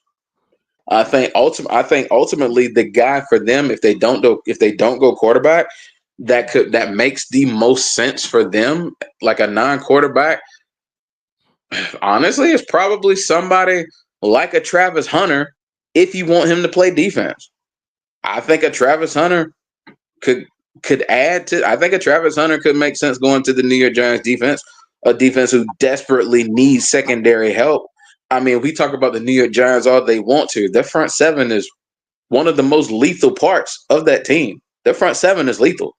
Secondary, not so much. But if you draft Travis Hunter and you want him to be a primary cornerback, he instantly adds. He instantly adds to that and makes your defense better on the back end. If your front seven is getting good pressure, you got a guy in Travis Hunter that can go out and possibly, cover your best dude, take away half of the field, potentially growing to that ceiling, and you got that fixed up. So there are just many options that the Giants can go. I am like I said, I'm just at first I was thinking I don't think it completely rules out, but now you look at it more and more, it's like I don't think now you really need to draft one.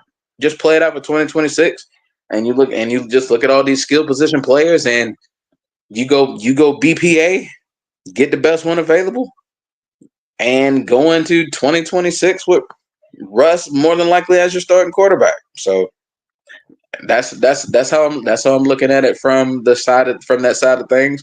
But this is the NFL draft coming up. It's going to be fun, and I'm excited to see what dominoes are going to fall. I'll make a prediction. I think one of those top two picks are going to get traded. Can't be surprised at that. Shout out to my good friend Alan Perales. Outside the early years when they were giant killers, taking down greats like John Elway, Jacksonville hasn't been great at all. To validate Champ's point, it's like the Giants already know Shador is going to Cleveland and went stopgap to fill the need. But for the Tennessee Titans, I do think they have to draft a quarterback. I think it's close. If it's that close, then you're going to have to draft Cam Ward, even though we're not the ones making the decision, BRF. But at the end of the day, you make the wrong decision, then guess what? You're going to be at home like the rest of us. Mm-hmm. But to your point, the Giants, they could use Travis Hunter because they definitely need help at the DB spot. I would still love to see Travis Hunter play wide receiver. He wouldn't be number one, but he would be a number two to Malik Neighbors just to make the offense more formidable. But yeah, Giants desperately need help with their back seven. They have Dexter Lawrence, they have Brian Burns, they have Kayvon Thibodeau. Their front seven is good. They just need some help with the DBs. Maybe a Travis Hunter, maybe another cornerback in the draft could definitely help them out, especially when you're going up against the wide receivers in that division. Scary Terry for Washington, CeeDee Lamb for the Dallas Cowboys, and of course A.J. Brown, Devontae Smith in Philadelphia. But I think I'm telling you, I'll just go forward. Yeah, like a Travis Hunter, a Will Johnson, a name not a lot of people talk about, but they need to put respect on his name out of Texas. Jahdae Barron is going to be a great pickup for somebody who needs a corner. So there's available dudes out there. Well, I hope Washington gets them because we definitely need some help at cornerback spot. But Tennessee, I think they have to draft Cam Ward because to Champ's point, and he's brought it up, he thought Will Levis, just like with Anthony Richardson coming out of college, he wasn't impressed. He wasn't buying into all the hype. The only thing we know about with Will Levis is all them damn mayonnaise commercials. I don't trust him not to only throw the football. I damn sure don't trust him to make my coffee. Man put mayonnaise in his coffee. So why should I trust him? Sorry. Hey, I don't trust him either. But like we all said, we're not making no decision. But you did bring up the fact that y'all need a corner up there in Washington. I'm telling you right now, I think the one likely to fall because of his injury history is Will Johnson. And I'm telling y'all right now, if y'all land Will Johnson, praise him in all his glory. Because Will Johnson is like that. I'm telling you. I hope Washington, you better be listening. All right, fellas, let's continue on with the NFL. Stefon Diggs going to the New England Patriots after a year with the Houston Texans. He's going to the New England Patriots. I think it's what, 3 years, $60-something million, champ, if I'm not mistaken. 3 years, 69, I think. 3 years, $69 million. It's gonna be tough for Stefon Diggs because again, he's not gonna be competing because again, New England, fair to say, reclamation process. He has a young quarterback in Drake May. Now look, Stefon Diggs, we've mentioned it before, champ. You got Kirk Cousins, you got Josh Allen, you got CJ Stroud. Now, in fairness to Stefon Diggs, he was out for the remainder of the season. Hopefully, he hasn't been distracted with going on with he and Cardi B, but that's a story for another day. Woo! Lord have mercy. Hey, what's up with PSP and these pipe bombs as of lately, bro? You called me the highlight of Friday night, so you know at some point in time I was gonna bring it up. By the way, shout out to Cardi B. The thing that she and I and Champ have in common, we're all Libras. Oh, for real? Yeah, she's a Libra. She was born like October 10th, October 11th. I'm October 12th, Champ. I guess like that song. I guess like that song say, boy, I guess Stefon Diggs, I guess he like it like that. Yeah. Come on, bro. Don't do that. Don't do that. But BRF, I'm gonna let you go first, man. What are your thoughts about Stefon Diggs to New England? If I'm Drake May, I got a Cheshire cat grin, like ear to ear, just at the thought of throwing to someone with the capabilities of a Stefon Diggs if he's healthy. I'm smiling ear to ear because if you have a healthy 100% Stefon Diggs, you gave me somebody. You gave me somebody that I can really build and I can grow my game and become a better quarterback. And I mean, let's face it. Look at what, even though we see Josh Allen and we see what he did in 2024, becoming a much better all-around quarterback in terms of not turning the ball over. Let's keep it 100. Look at, even though Stefon Diggs was like, in that top 5 realm as far as wide receivers in the league, look what he did with Josh Allen and help the growth of Josh Allen turn into the quarterback he ultimately is right now, even though I feel a lot of the reason why Josh Allen was more of an all-around quarterback this year was not having a Stefon Diggs and not having to worry about having to force feed him the ball to soothe and satisfy his ego. But let's be real. Stefon Diggs helped Josh Allen grow into the quarterback he is today. Let's just be all the way real with it. Josh Allen just took 2024 and made it his own. Drake May, I see a lot of potential in him, though. He showed me a lot last year. His maneuverability in the pocket, the way he escapes, his surprisingly good pocket presence when he has to show it. He's a rookie. He made mistakes. I mean, he's a rookie. He's going to come with the territory. But just, some of the plays that he was making, that game winner against the Tennessee Titans, it's the one that still stands. That game tire against Tennessee, the one that just really stands out to me. Still, just moving around in the pocket and just making that throw, and like he's not scared. He ain't scared of the moment, and that's what you want. That's what you want out of your quarterback. He's not scared of the moment, so he's got a shot to really kind of mature more and really grow into the position. Having a guy like a Stefon Diggs who can go out as if he's healthy. He's gonna go out there.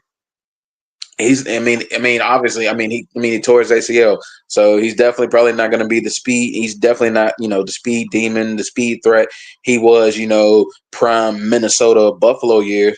But he's still gonna go out there, give you some route. He's gonna run good routes. He doesn't have the best hands in the world, but he's got decent hands. And like I said, above all else, he's always been really good as far as finding holes in the defense and finding holes in zones and being able to making those types of receptions. He's always been good like that. And with a guy Really like good Drake route May, runner. really good route runner. Yes, he is, and that only helps to benefit a guy like Drake May in his second year. That's what you look for in your wide receivers. Wide receivers ultimately, at the end of the day, their job is get open and make catches.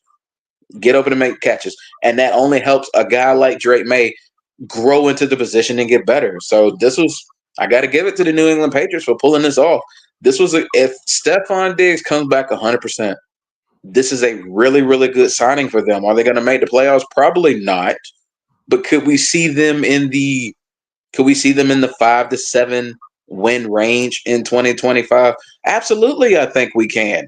If this Drake May Stefon Diggs combo comes to light and you kind of see its potential, I think that we could definitely see them as like maybe not making the playoffs, but like scaring the 6 seed, 7 seeds, because New England. Because regardless of who's coaching in the New England Patriots, they're gonna have some killers on defense, particularly Christian Gonzalez. They're gonna have some killers on defense.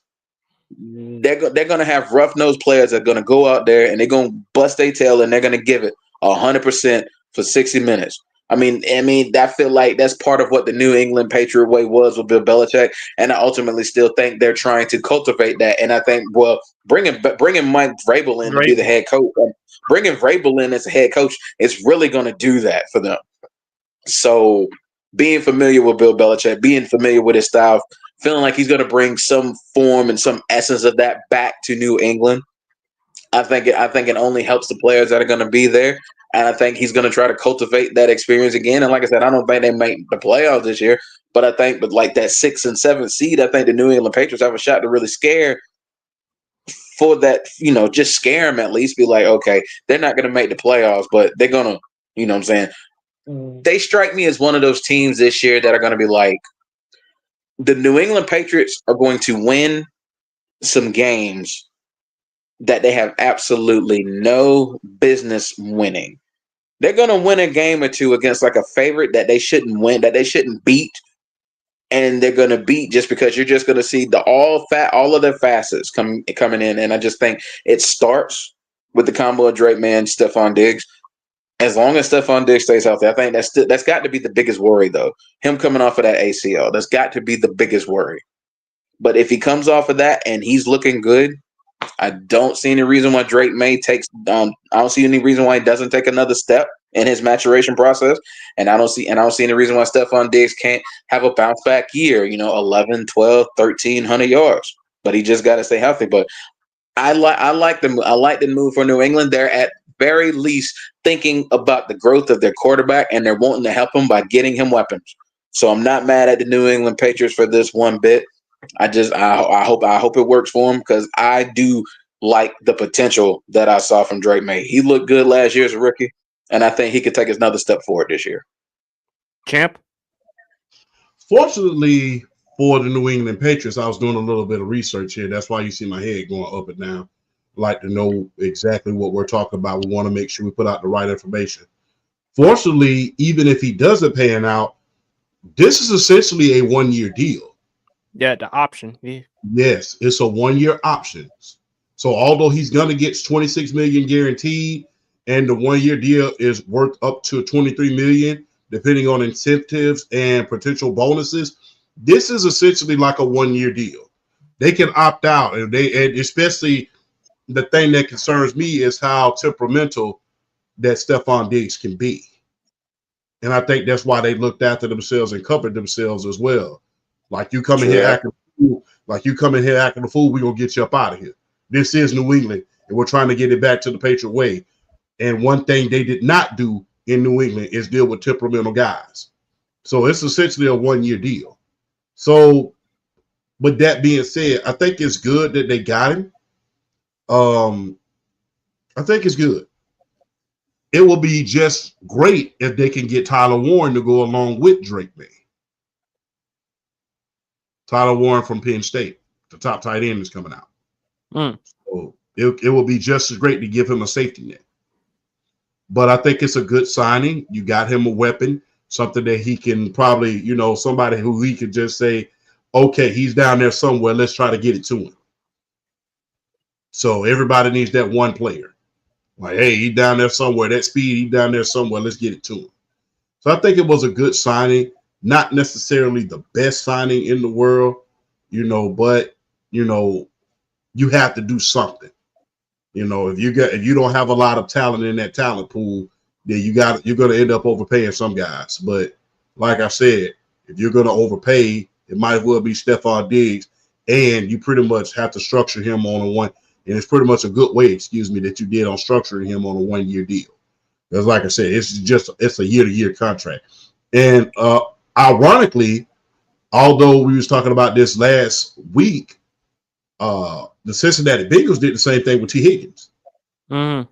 It's pretty much a year-to-year contract, depending on, how he's performing, conduct detrimental to the team, things of that nature. So it's a good signing. I want to see how much stock they're gonna put into Drake May, because he is tasked with the most damnedest task in NFL history, in replacing the greatest of all time. We saw Mac Jones. He couldn't do it. They tried to bring in other guys during and after Mac Jones. He couldn't do it. Now he has to see if he can replace it. Now it's impossible to replace someone. We saw that many times before. We saw guys try to replace them, but was not quite what their predecessor was. We saw Steve Young win a Super Bowl, but he was still not quite Joe Montana. We saw Aaron Rodgers replace Brett Favre. One could argue whether Aaron Rodgers was better than Brett Favre. We saw Danny White try to replace Roger Staubach. He could not, although he made it to 3 straight NFC championship. He could not replace Mr. Staubach. So he's tasked with the most uphill battle in NFL history, replacing the greatest quarterback, arguably of all time. So they have got to do something in trying to get him that, in order to get him weapons and what he needs in order to win. Not only that, Mike Vrabel, although he's a good coach, he's a hell of a coach. He's tasked with trying to get the New England Patriots back to the standard that Bill Belichick put them to. So these are uphill battles that they are facing right now. So they're trying to pull out all the stops. And with free agency, I'm happy with what they did. I think for Drake May, first of all, I don't think he needs to be Tom Brady, because that's an anomaly. He just needs to be the best Drake May that he can be. Mac Jones didn't pan out, champ, but I don't really look at just Mac Jones. I really look at Belichick. How the way he was not only as the head coach, but also as the GM. I think Mike Vrabel will do a better job. I think Drake May is obviously a far more talented player than Mac Jones. And I just think with Robert Kraft, look, I trust Mike Vrabel based on what he's done during his time in Tennessee. And he's been around the Patriots. He used to play for the Patriots. So I think as long as you put them in a situation for him to improve, I think Drake May will be fine. There's no expectations, because obviously it's still Buffalo's team to lose. New England, however, they can make it legitimate, to BRF's point. There are going to be some games in which they're going to win, which we didn't anticipate. Because when you look at the Bills, yeah, they're still the team in the AFC East. You look at the Jets, yes, they got rid of Aaron Rodgers. Yes, they have Aaron Glenn, but they brought in Justin Fields. But champ, you have trepidations about the offensive line with the New York Jets. And then when you look at the Miami Dolphins, can we trust Tua to stay healthy? And at some point in time, Miami, you're going to have to make a decision to move on from him, although you just gave him that money. And I don't think Tua has enough trade value at this point. So that's the thing. But I think Drake May will be fine. It's just going to be interesting for me with Stefon Diggs. How are you going to work with this young quarterback? Because you've had the luxury of having Kirk Cousins, Josh Allen, and to a lesser extent, CJ Stroud.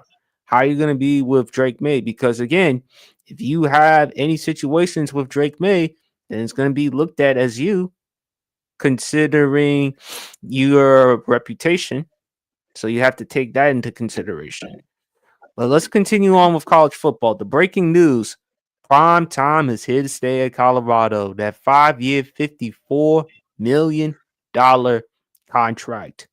Guys, let's just try to keep it as short as possible because I know we got a lot of subjects to talk about. I'm happy for Prime. Look, people will say, "Well, he ain't never won a national championship yet. He hasn't made the playoffs yet, and all that other stuff." He just completed year 2. Travis Hunter won the Heisman Trophy. Um, they got that young quarterback. I think I can't remember his name. JuJu Lewis. Yeah, Yes, JuJu Lewis. but the other quarterback, I think he used to play at Liberty. I think. I can't remember. I can't remember the name. But, I'll probably look it up. But I think Prime is. I'm really happy for him because you get your money. Think of what you've done for Colorado because before they only managed to win one game. Now they're one of the hot commodities in college football. And a lot of that has to do with Prime's influence. I don't see them winning a national championship anytime soon, but I do see Prime putting forth his effort to get the most out of players and to recruit them and to get top-notch guys.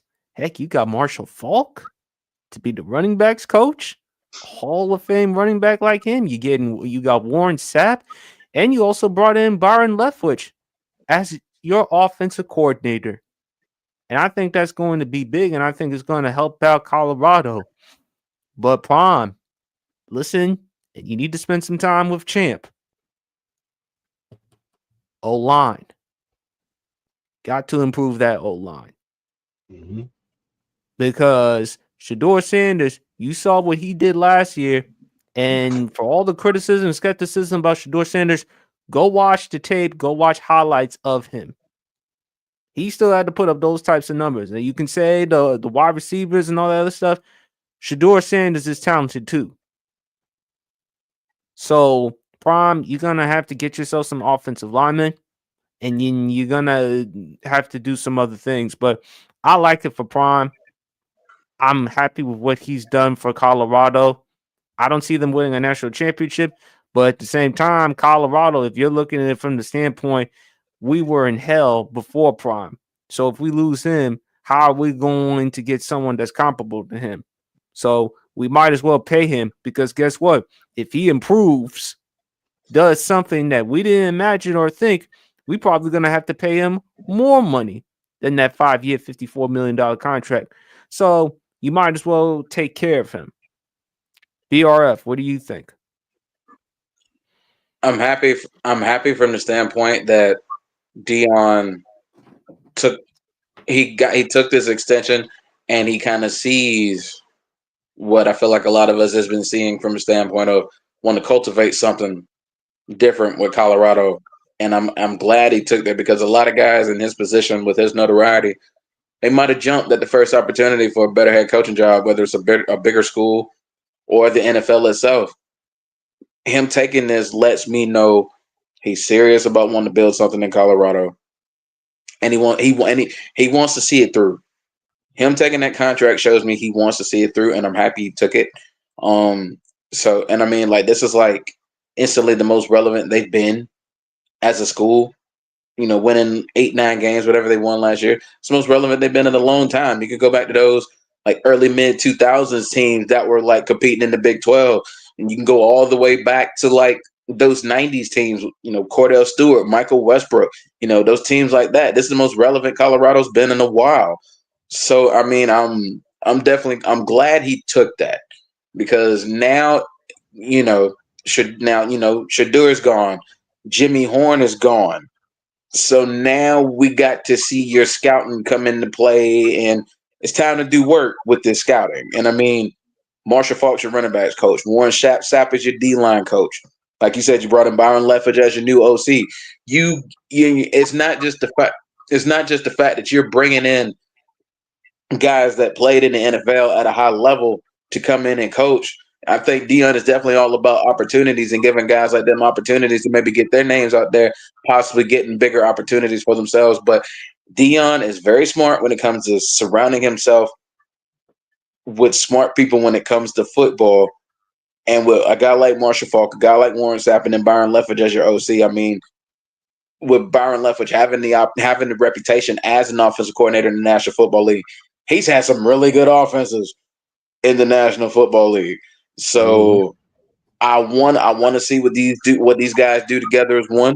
I'm excited, but ultimately it just comes to I'm happy that Deion is understanding what he's trying to do in Colorado. He wants to cultivate something, and I'm glad he's wanting to see it through. I'm glad he took this contract. So I'm definitely happy he took that extension. He wants to build something. So I'm glad he wants to see it through. Champ. Oh, yes, that was good, man. Couldn't have said it better, BRF. One thing I will add to that real quick, because I know, we're trying to hit the time mark. One thing I will add to that was this. People got to realize this. Colorado wanted Deion not just for his namesake and how good the football team is, but for the economics as well. Say what you want to about Coach Prime. Coach Prime sells tickets. He puts butts in them seats. Bravado, or call it bravado or whatever you would like. But Coach Prime puts butts in them seats. Remember when they was on the road, they were selling out games. When they was on the road, they were selling out games. When they went to Colorado State to play Colorado in that rivalry game, they sold out. That was because of Coach Prime and Shador and that team. So it wasn't just, for the football team standpoint. It was because of, hey, economy-wise too, man. Look, economics is a great thing. Whether you wanted to see Floyd Mayweather win or lose, you still bought the fight. Whether you want to see Prime win or lose, you still tune in to Colorado. In closing, we were staying up till 1 o'clock in the morning to see Coach Prime and that team play. And they had a losing record last year. We were staying up, and I'm a Georgia fan. Georgia bred, Georgia fed. When I die, I'm going to be Georgia dead. I am a hardcore Georgia fan. After Georgia used to go off, I used to stay up to 2 and 3 in the morning just to watch Colorado. That's the impact that Coach Prime has on that team. So it's not just the team itself. It's the economics and everything. Economics affect, and when your team is winning, not to mention the economics, it trickles out into other areas. It trickles out into businesses. It trickles out into having more NIL money. It trickles out into a little bit of everything. So good on their part, man. Keep these guys intact. Coach Prime trying to build something special, and I don't blame him. I don't blame him either. Happy for him. 5 years, $54 million. Good amount of money for him. I think Prime is gonna do some good things. And like I said, with the older coaches, Dabo Sweeney, you're gonna have to get ahead with the times. Prime has done that. And what I hope for Prime, if he wins a national championship, not only I want him to get the credit and due he deserves, but to also help change completely the landscape of college football.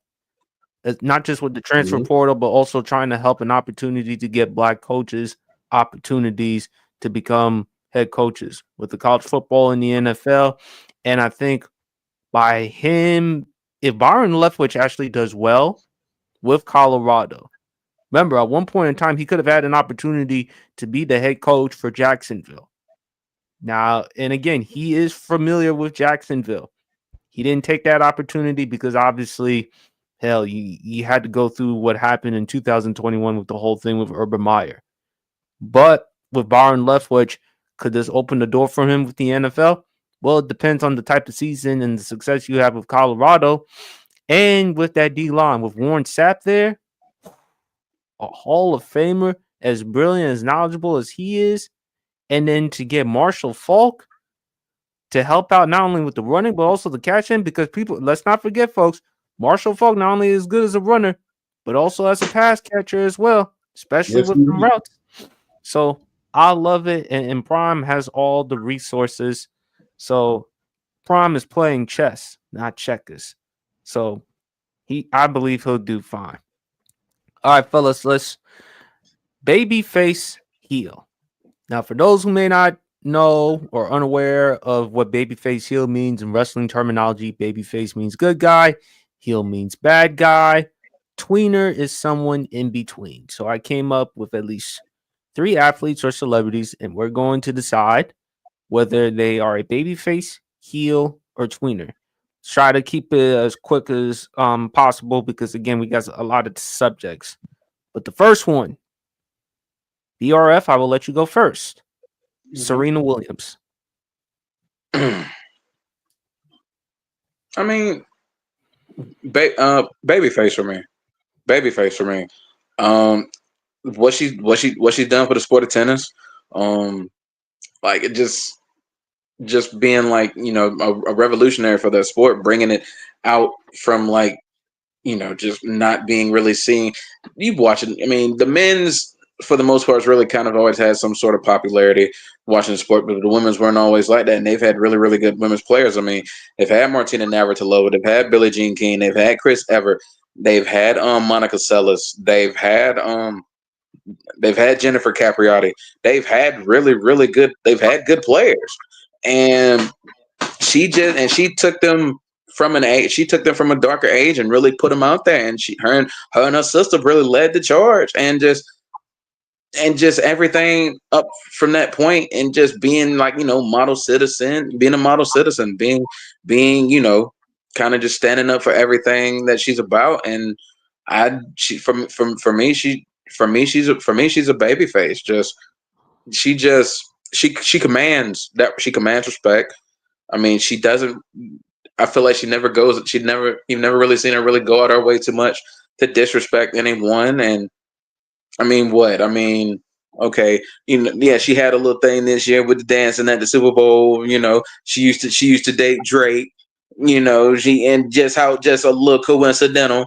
She did the Sea Walk at the Super Bowl halftime show with Kendrick Lamar performing. Okay, it's very coincidental. But I mean, at the same time, I mean, who are we to diss or talk about Serena Williams in any way, shape, or form? So I definitely do think she's on the babyface side of things for me. I agree. Champ. Babyface. She's the greatest of all time. What has she done to make people hate her? Jason Whitlock. Beat their favorites. That's all she's done. I almost said something very uncensored there about Jason Whitlock, but he can go jump in the lake. You know what I'm saying? He can go jump in the lake. Now, he going to make a tidal wave along with that, as I would too, but he can go jump in the lake. So, what has she done to make people hate her? She's been charitable. She's been a role model. Let's just keep it all the way 100. Where we come from, tennis is not prevalent. Mm-mm. Even in the schools that I went to. So tennis is not prevalent. She pretty much, just go ahead and say it, she brought tennis from the suburbs to the hood. Mm-hmm. People might be scared to say that, but she brought tennis from the suburbs to the hood. Before Serena Williams, we was reading about a lot of other players, not necessarily relatable players, not necessarily players that we would see around our neighborhoods, not necessarily players that we would see at our school or in our neck of the woods. So she was essentially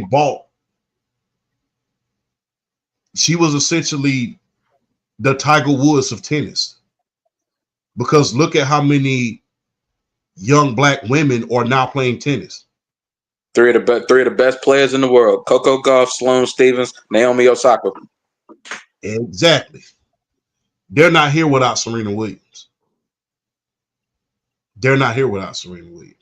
So I ask again, outside of the that young man, Jason Whitlock, what has she done to make people hate her? What can you say? Now, if you want to nitpick about some crap, then be my guest. I know this is a day and time where we try to nitpick everything that women do. But the thing is, when you're playing a sport, you're passionate about what you do. Because guess what? My money's on the line. So you can talk about how she yelled at the guard, how she yelled at one of the judges or what have you, how she wanted them to apologize to her about getting the call wrong. Rightfully so. When I lose in tennis, you're messing up my money. When you're messing up my money, you're messing up my endorsements. That's what happens when I lose. So guess what? There's not been a single thing that people can say that will make you hate Serena Williams. Mm-hmm. And she's the undisputed GOAT of her sport, depending on who you ask.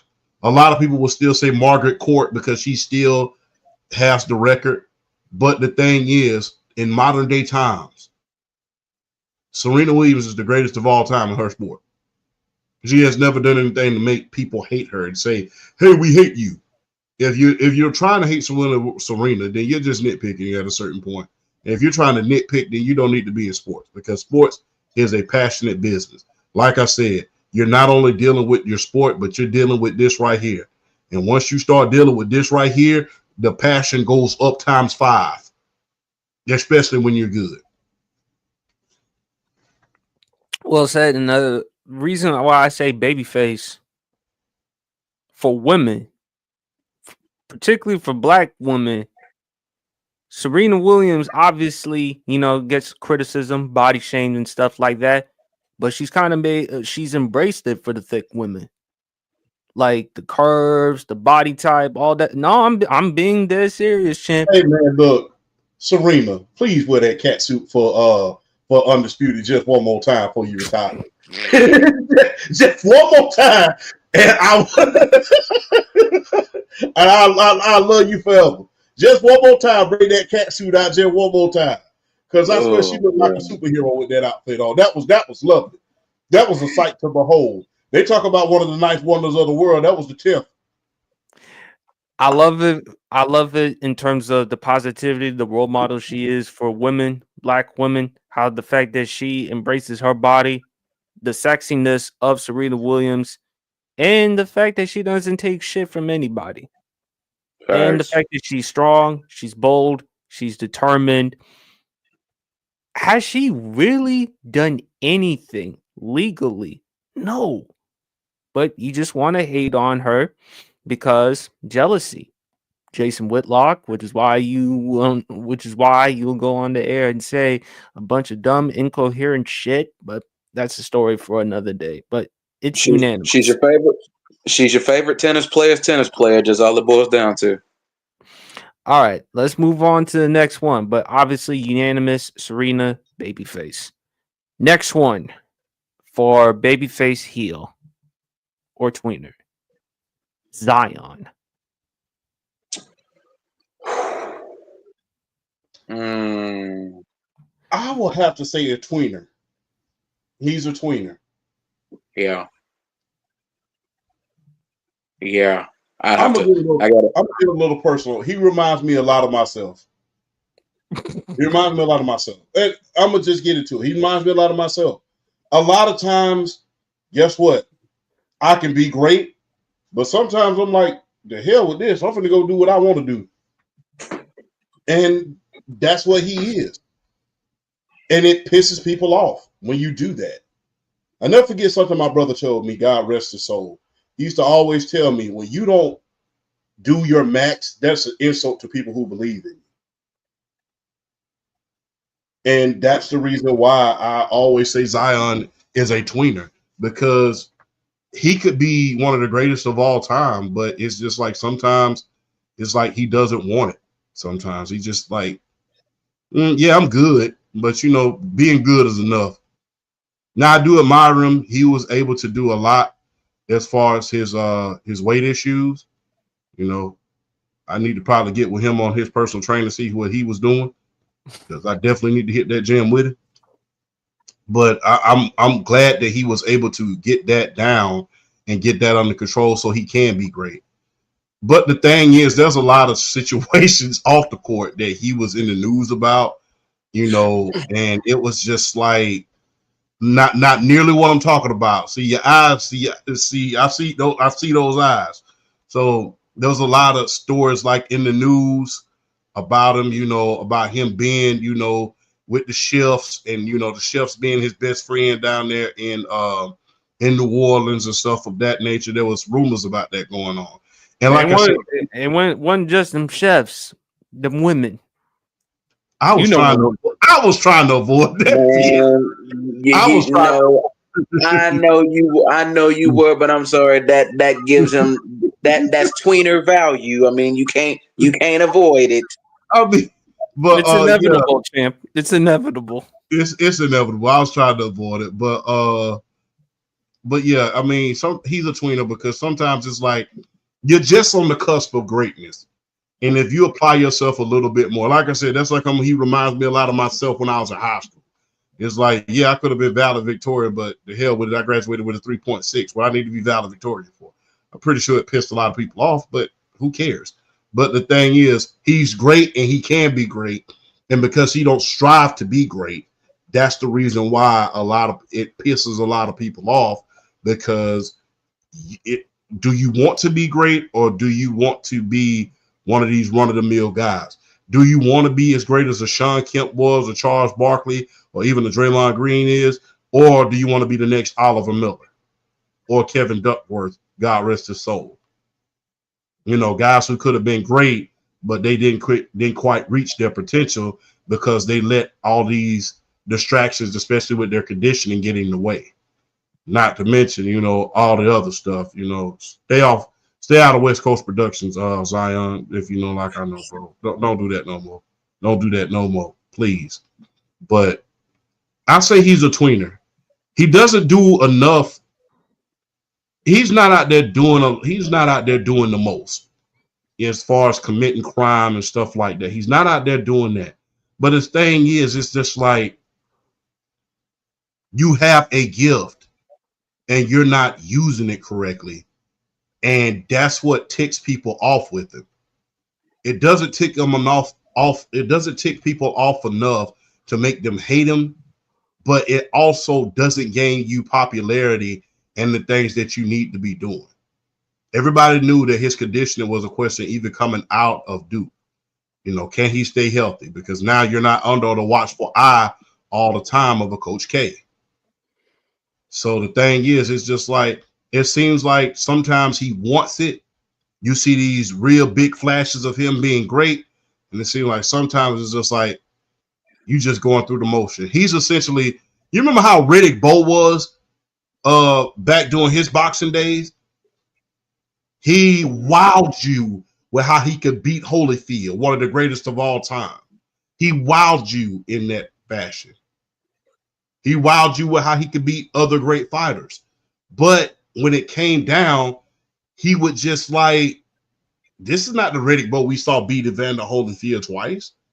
This is not the great fighter that he was. It just seems like he could be great at times, and at times he just say, I don't want to be great. I'm good where I'm at.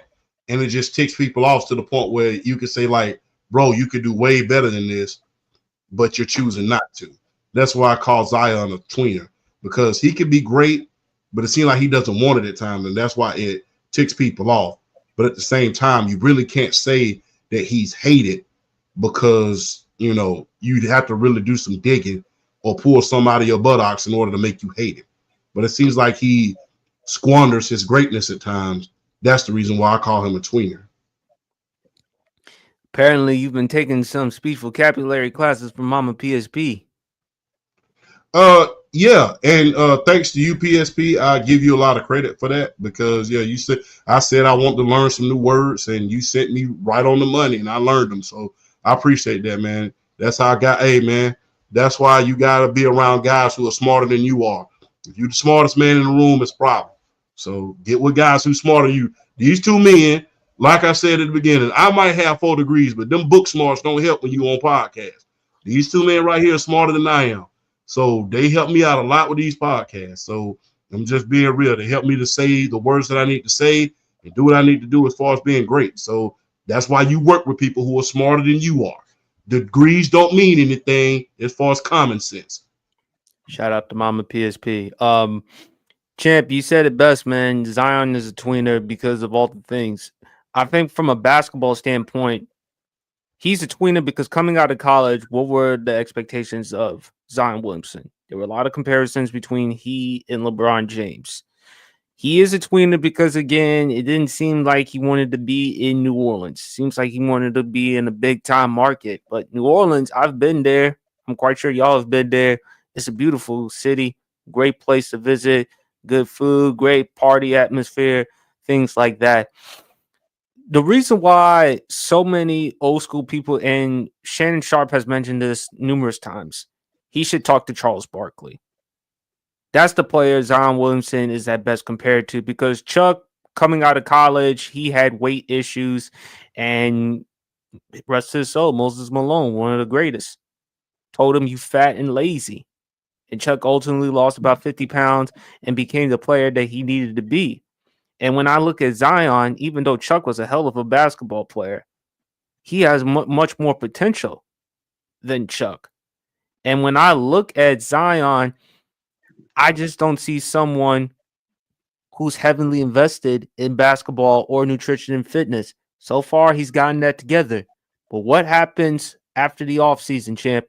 After the offseason, is he going to continue his nutrition and fitness in the offseason? Because, hey, that's a lot of time.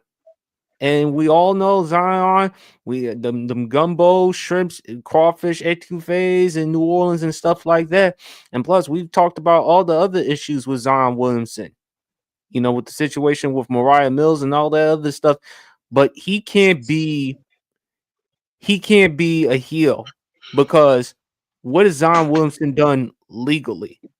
Zion hasn't been in those types of situations or stuff like that. But at the same time, he hasn't maximized his potential, because nutrition, fitness, does he really care? Does he really love the sport of basketball? Those are the things. That's why Shannon Sharp, Charles Barkley, a lot of them constantly criticize him, because they know how talented, they know how much potential he has, and he's not capitalizing it. So I say a tweener as well. BRF?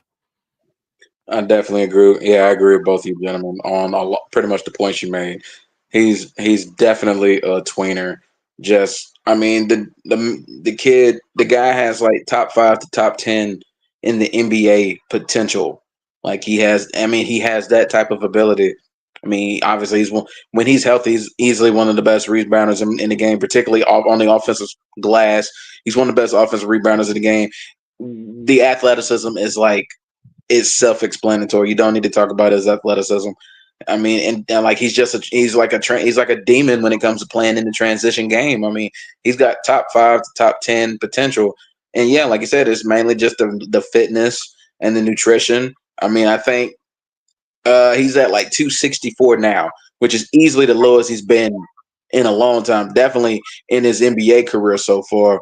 So I mean, shout out to him for trying to put some focus on that and want to make himself better in that. But yeah, because that's probably like one of the biggest things that we say to him is like, you could be one of the best ever if you really just put yourself first and focus on yourself and get yourself in the right mindset, right mindset and the right, like physically and mentally, get yourself in the right status, and you could be one of the greatest ever. I mean, just work on your fitness, work on your nutrition, stop pulling on wisdom teeth. You'll be okay. You Only mean? us from down south. Only us from down south know what that means. Good I mean, God. yeah. And you know what exactly I'm talking about. And that's then PSP. You. I wasn't expecting a name drop, but you name dropped her to the fellas out there. Her in prime, amazing. Now she looked like a wisdom tooth. Zion, leave them alone. Leave them alone. Don't mess with them. No, don't do it. Focus on your game. That's one of the biggest reasons why he's a tweener. But if he puts everything in the right place, I'm telling you, he's got top 5, top 10 upside. But leave them wisdom teeth alone, bro. Leave them alone. All right, and one last one. Jerry Jones. Heel. Dang, I mean, this is like the easiest one you asked. He's a heel. He's a heel. There's nothing tweener. For me, there's nothing babyface or nothing tweener about him. Like you want to like him, but you just can't. He's a heel, and a lot of it comes from the standpoint of just he don't know when to back off and be like, you know what, Steven, I'm gonna let you handle this. I'm gonna stay out of the limelight. It's like It's like he's only there to sell the tickets. It's like he don't care about helping the team win. And it's just like that. It's like he's okay with mediocrity. And I'm sorry, I don't need my owners to be okay with mediocrity, because that type of mindset is going to trickle down. And even when you have some people with the right mindset of wanting to win, ultimately that mediocrity is going to take over, because you have more people in that Jerry Jones mindset that are really going to take over for the most part. So he is definitely a heel from the standpoint that he's just, if there's anybody that needs to get with the times, is him. But it's just like he doesn't show enough to really say, you know what, I want this team to truly get back to the promised land. He just hasn't done enough. I mean, it should be at a point where we're not looking at Jerry Jones, we're not looking at the Dallas Cowboys and saying 1996. If you know, you know. We shouldn't be talking about them as 1996. 1996 is the last time they've been to the NFC Championship game. They are the last NFC team since 1996 that hasn't made an NFC Championship game. That is crazy to think about. That every other team in the NFC, with the Commanders going this past year, every team in the NFC since 96 has been to an NFC title game at least once, except the Dallas Cowboys. And it starts at the top. And it's Jerry Jones. He's definitely a heel. And it's strictly from the standpoint of he's not truly doing anything to want to make his franchise great. And it's a shame, because we should think about the Dallas Cowboys in a higher light than that. But unfortunately, because of him and his kind of antiquated mindsets about things, I mean, what are you going to do? He can't get out of his own way. Champ? I have to say tweener. And here's why. It depends on if Dallas is winning or not. When he's winning, it's easy to like him.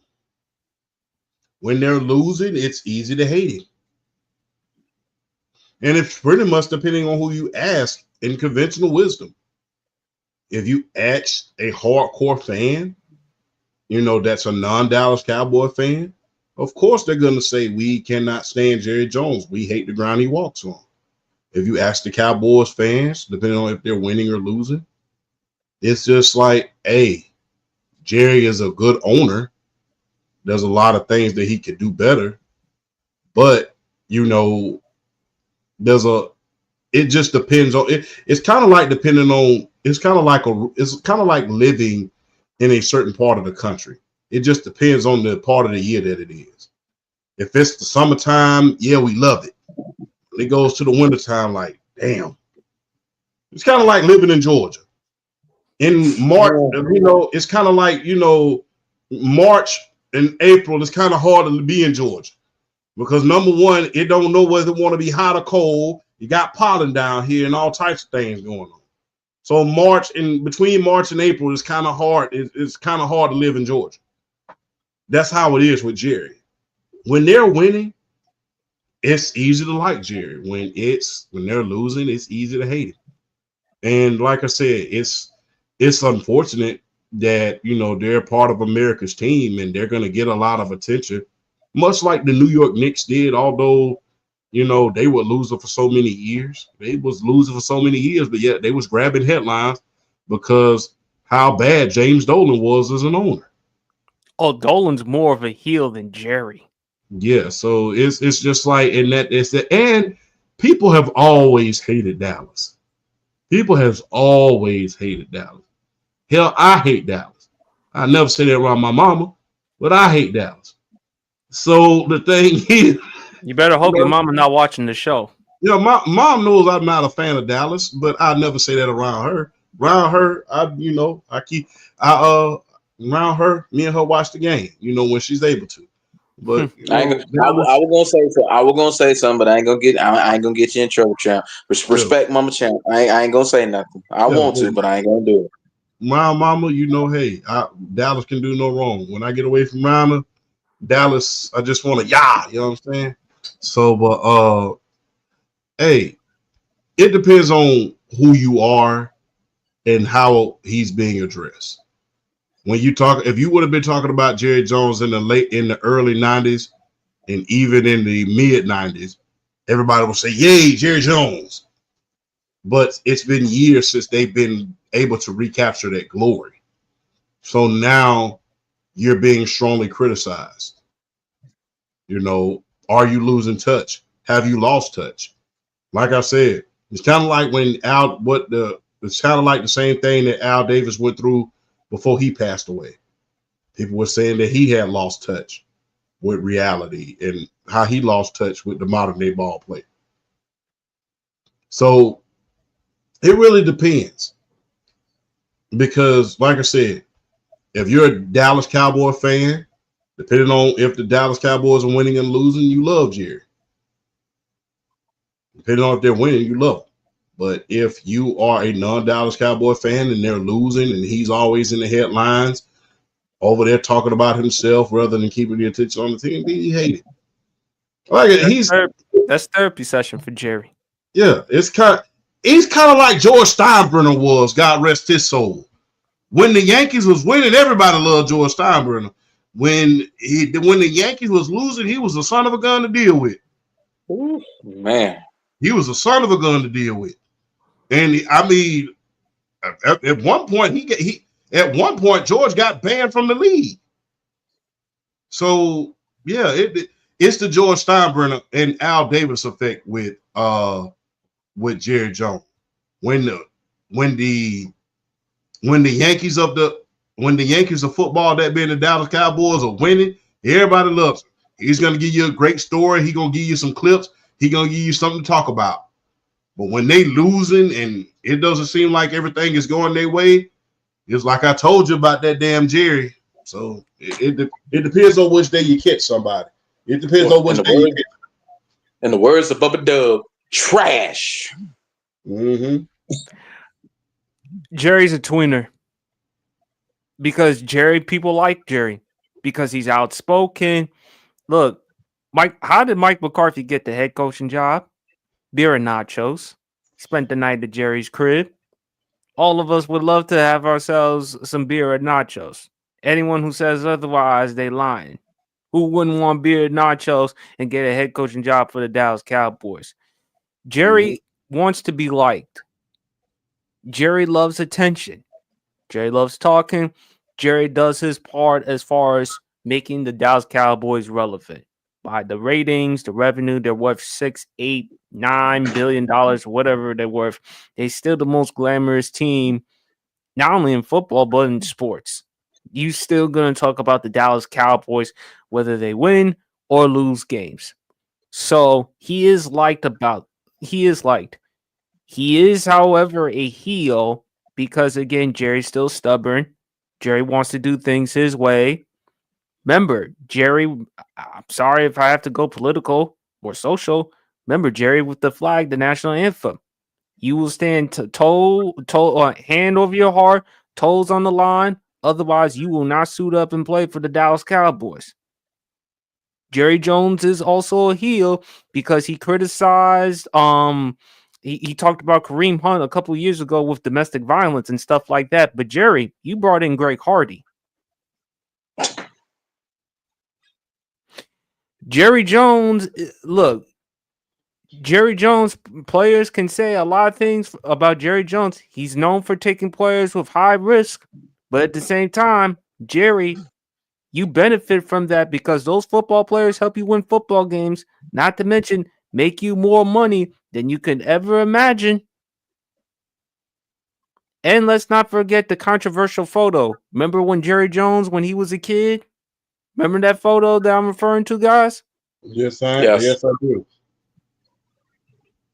So he, he kind of a baby face and a heel. So at best for me, he's a tweener. I can understand you saying heel, BRF, but there's gonna be people that do like Jerry Jones. As crazy as he is, as far as with some of the cuckoo things he says in press conferences, hey, he knows how to make his money, but at the same time, Jerry's still stubborn. I got my good friends Makai, great dude. I feel like for him, I accuse him all the time of being Jerry Jones' publicist, PR, security, because anytime when I keep mentioning all the things with the Dallas Cowboys, he doesn't blame Jerry. I guarantee you right now, if he actually saw Jerry Jones, he would give Jerry Jones a big hug and hang out with him with a nice beer and drinks, beer and nachos. Because Dallas Cowboy fans, in their eyes, they can still do no wrong. Jerry could do no wrong in their eyes. I meant to say, because even though it's been 30 years since they haven't won a championship, we're gonna win the Super Bowl. We're gonna win the Super Bowl. We're gonna compete next year. All the expectations of the Dallas Cowboys, and Jerry buys into that. So he's a tweener at best.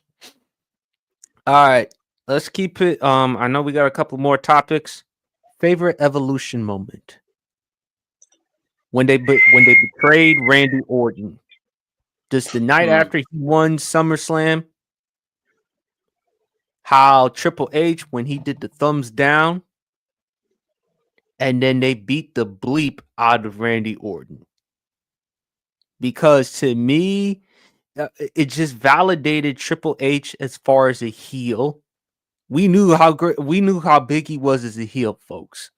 When he hit Shawn Michaels in the back of the sledgehammer after SummerSlam in 2002, I think this added on to Triple H.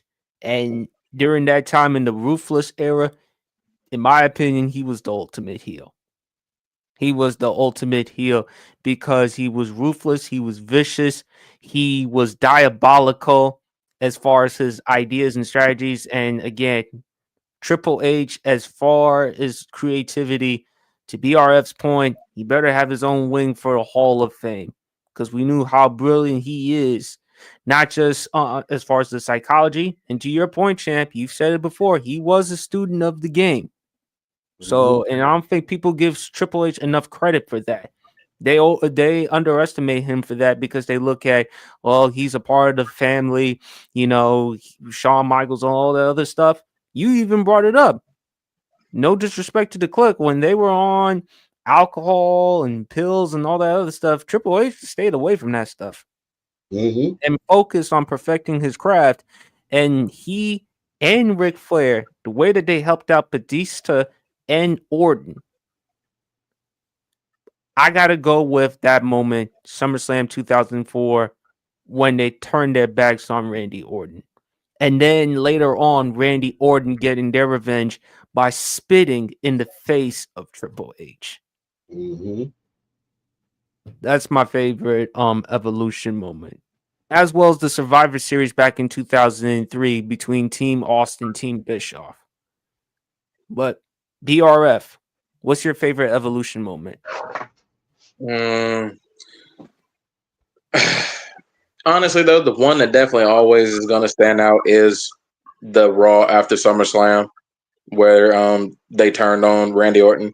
That one's always just going to stand out just because of really kind of the trajectory after that, it put not only Randy Orton but Batista, because it was kind of like, well, they did it to Orton, and then when Batista gained momentum, and particularly winning that Royal Rumble, winning that '05 Rumble, winning that, and then just it ultimately catapulting him into the WrestleMania 21 main event, which is also a highly underrated match. If y'all haven't seen the Batista Triple H match for the World Heavyweight Championship at WrestleMania 21, y'all need to go watch that, because that is a highly underrated WrestleMania match. Y'all need to watch that. But just the trajectory it put Randy Orton and Batista on to become two of the all-time greats in their own right. And it's like Triple H and Ric Flair got exactly what they wanted out of the Evolution stable and what it did for Randy Orton and Batista. I mean, they got exactly what they wanted. And one more that stands out for me was when they initially formed, and that first promo Triple H cut. Like, if you're standing around one day and it just feels like something hits you out of nowhere and you're just like, oh my God, what is going on? That line, just know Evolution passed you by. One of the coldest. That's the thing I love about Triple H. As a heel, his promo work just on another level. And he could hit you with some of these lines that you're just like, oh, he means everything he says. And he hit that just know Evolution pass you by. Remember the promo? Nasty. Remember the promo he did on Lita, and then he asked Randy Orton to give her some for some money. Remember that promo? If you ain't dancing for this dollar, I highly suggest you get the hell up out our ring. Like, bro. Like, oh my God. Like, bro.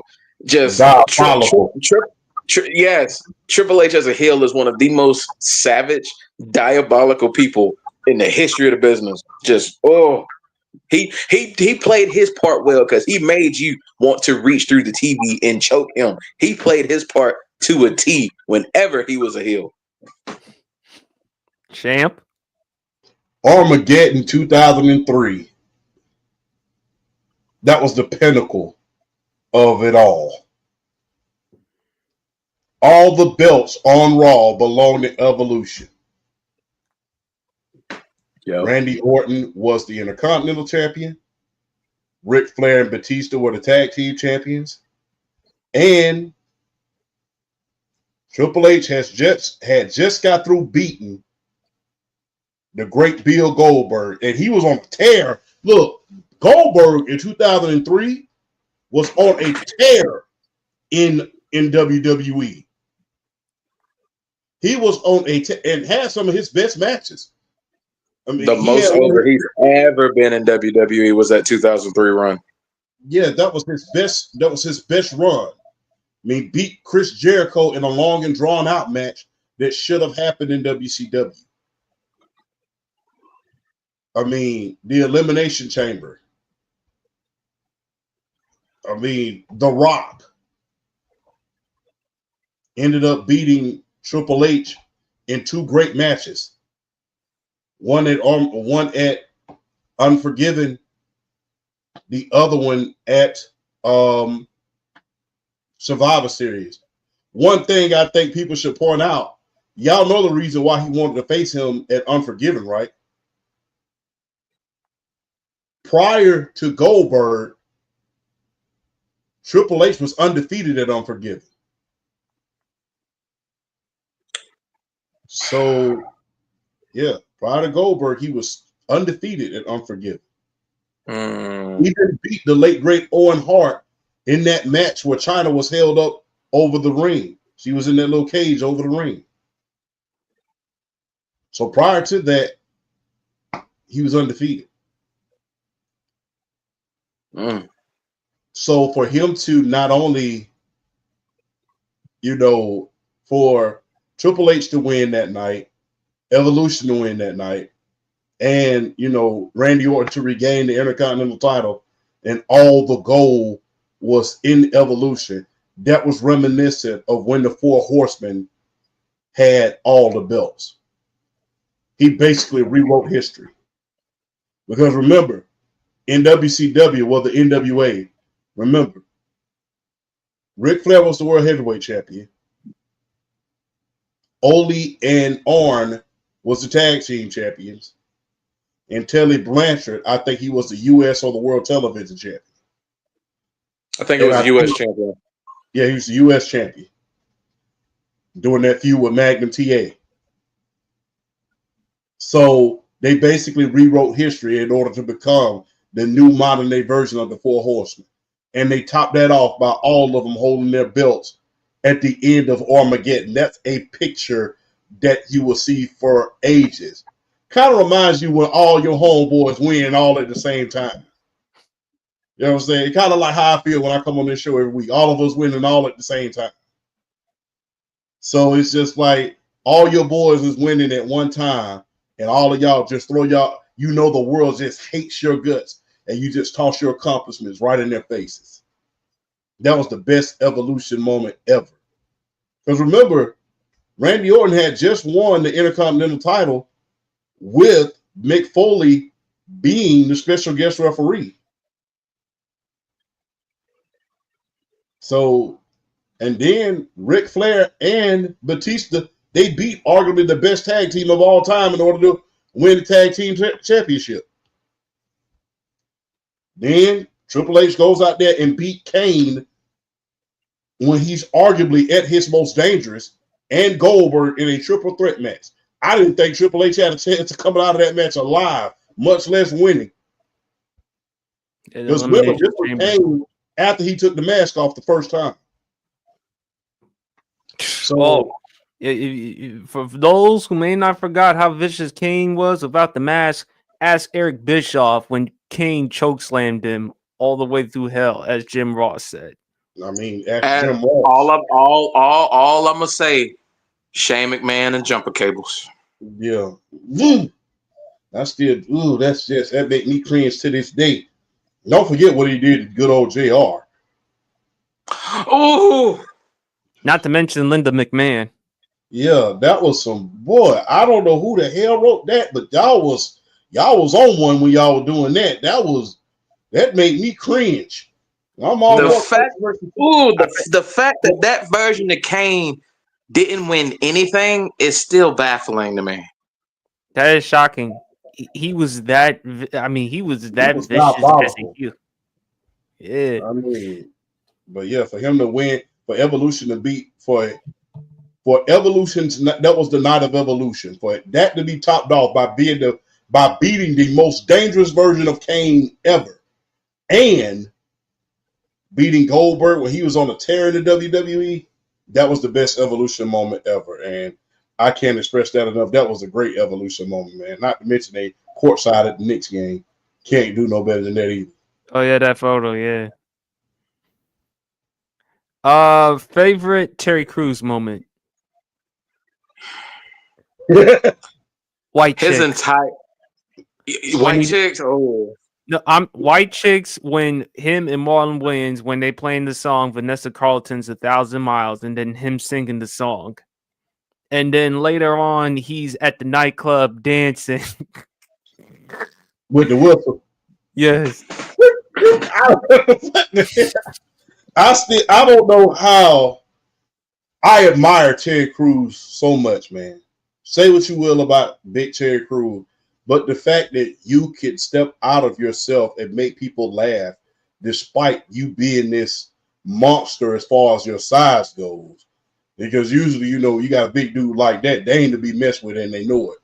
But, for you to be able to step outside of yourself to make people laugh and bring that type of joy to the room. Charisma.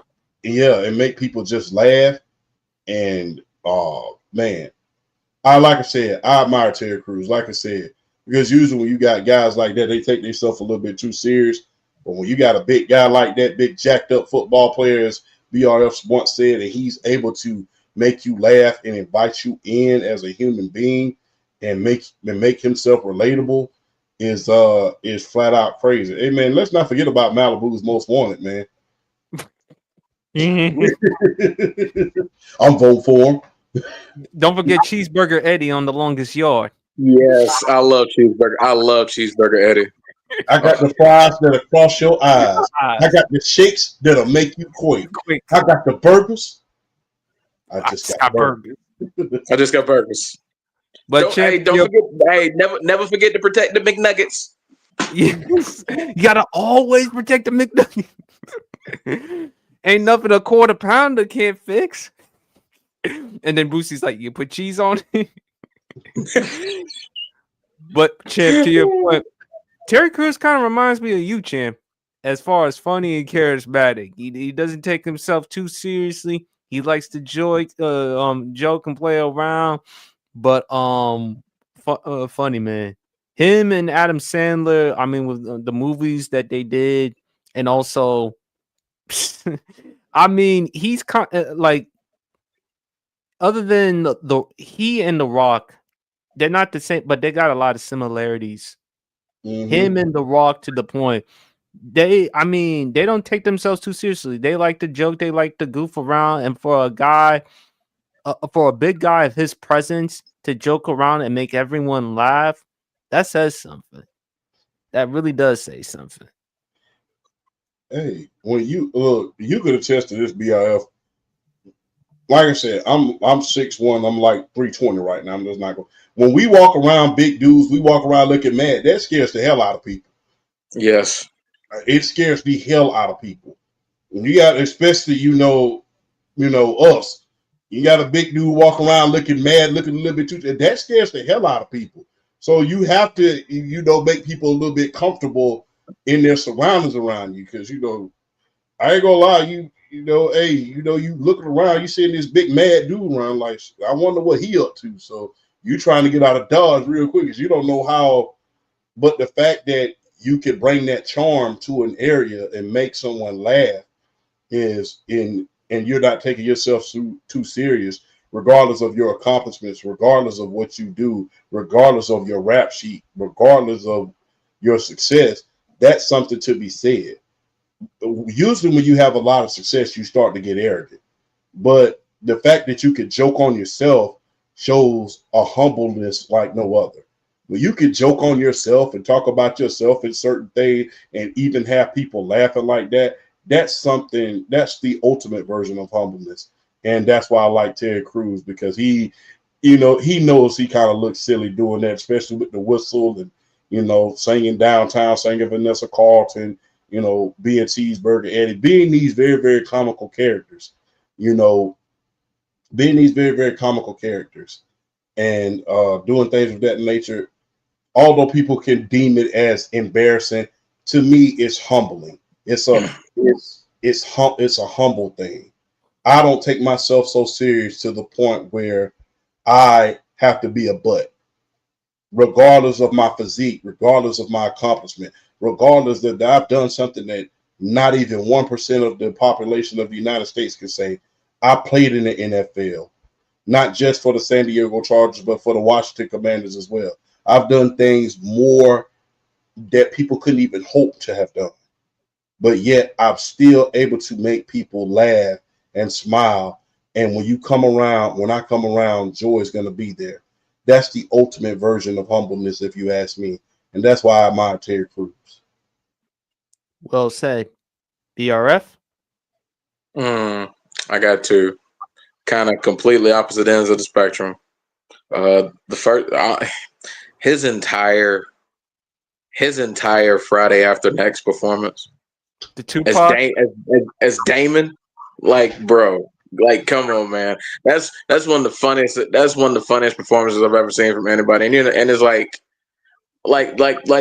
the scene where he had to how Miss Pearly Lee, and he got the Tupac on, and he just the scene where he dancing to the Tupac song.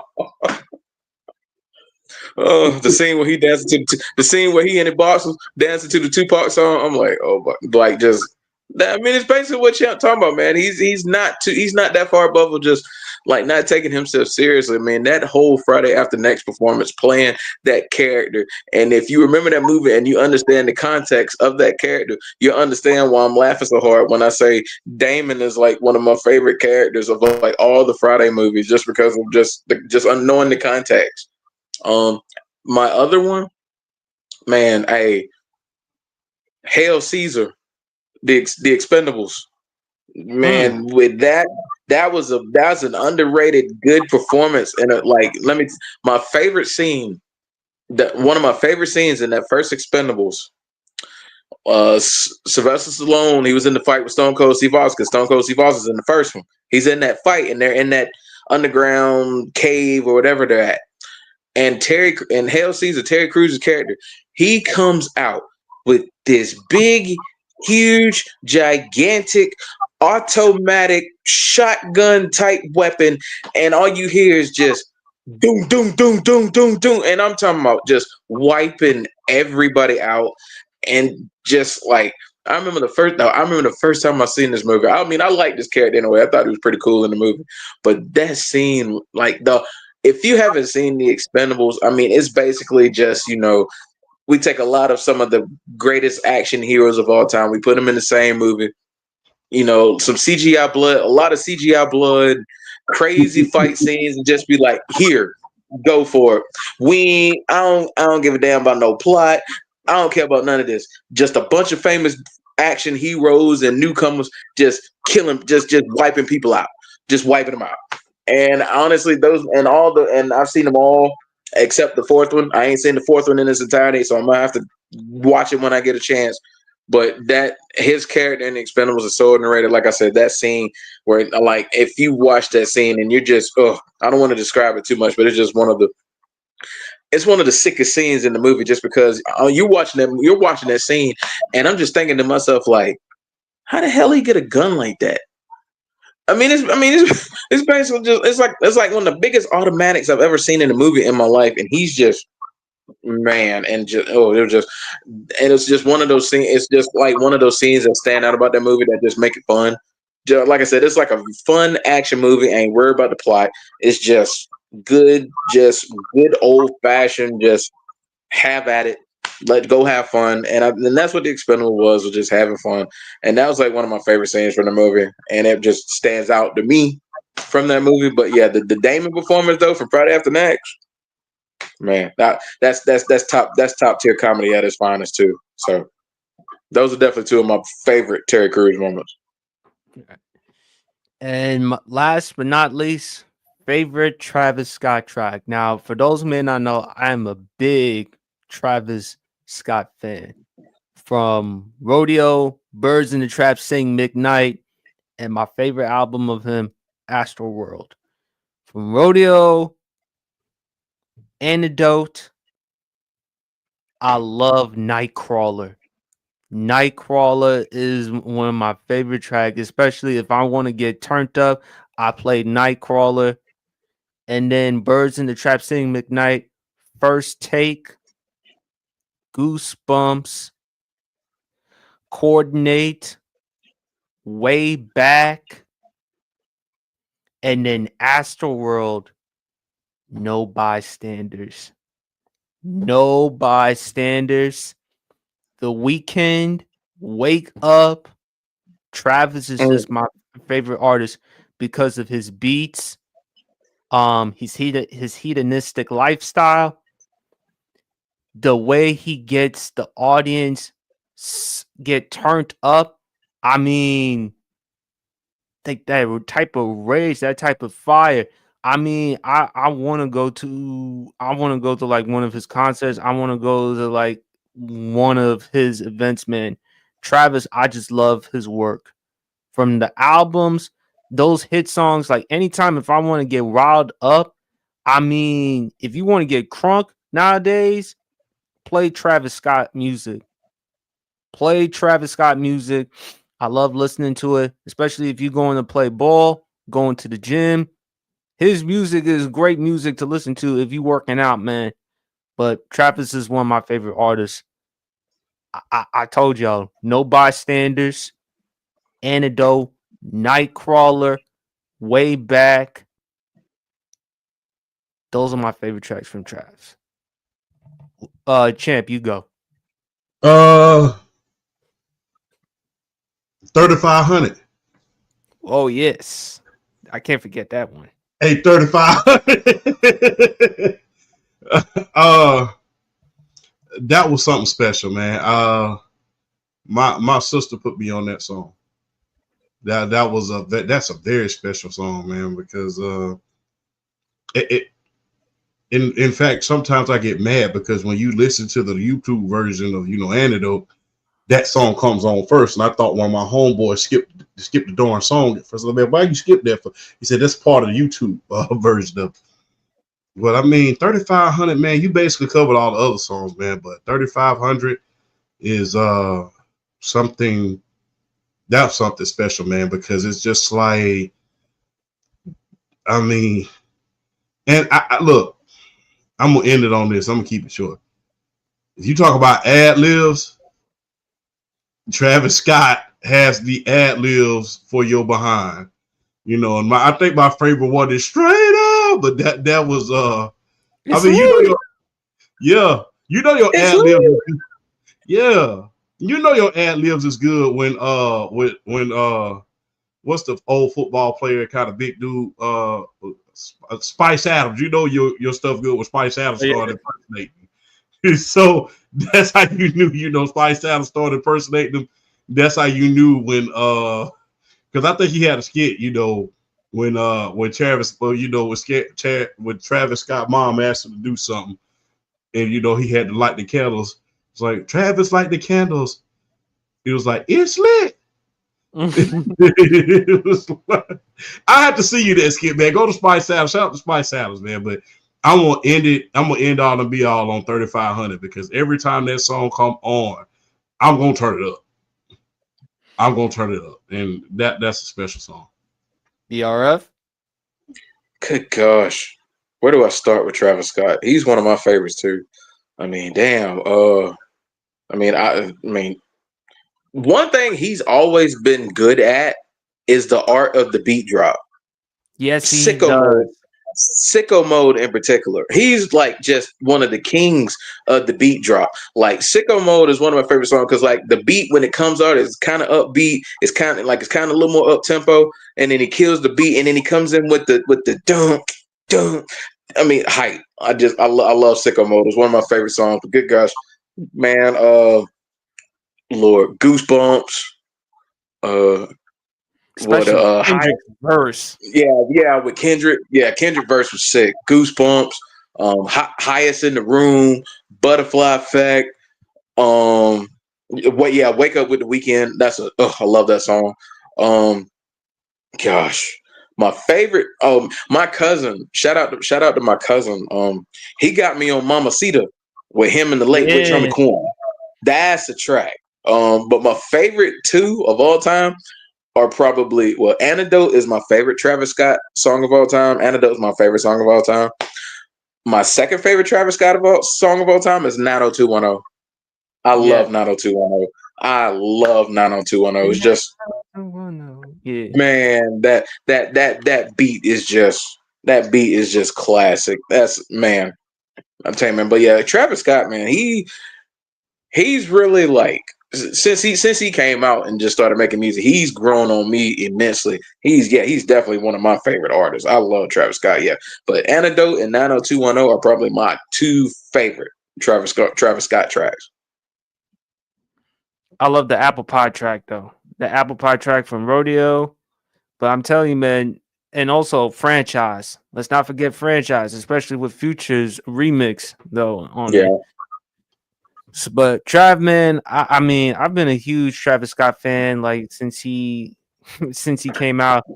I would love to go to his concert. I want to go to like one of his concerts and stuff because just being there, the presence, and watching that Netflix documentary, Look Mama, I Can Fly. I've been a big diehard fan. I'm still mad to this day. I love you, Cardi, but I'm still mad though because I wanted Astroworld to win Best Rap Album for the Grammys that year. Still a little. No, I mean, no, I'm not. I mean, nothing but love for Cardi, but Astroworld, that was a hell of an album that year. Yeah, I agree with you on that one. That year, Astroworld should have won Best Rap Album. I agree with you on that one. Yeah, I love Cardi, but Astroworld, in my opinion, that was a better album, especially with the tracks and all that other stuff, man. And I just think with Cardi did deserve it though, because again, she did had a hell of a year with the album Invasion of Privacy, but it was not Yeah, better than Astro World. I don't think it was I better mean, than Astro World either. I agree. yeah, but man, Trav, I love the songs. A Team. If you want another one, A Team. And I got it from the Beats by Dre commercial when Von Miller just fresh off from winning the Super Bowl back in 2016. And Trav, man, I love Trav's music because I love his beats, the ad libs, everything else that Trav brings to the table, and the collaborations. So Trav is like one of my favorites. And he But got good features too. I mean, he he got does. 4 a.m. with 2 Chainz. You got pick up the phone with Young Thug. You got the what's that one? The one he did with J. Cole. I can't remember the name of that one. Oh yes, meet me at the London. Yeah. Yeah, meet me at the lunch. Yeah, that's another one. So he's man, he's yeah. That I like him a bunch. He got a bunch of bangers. hmm And folks, next week for the Sports PSP pod for music, definitely for music. Rather, favorite Dr. Dre track. Mm. Yeah, that segment don't take 2 hours.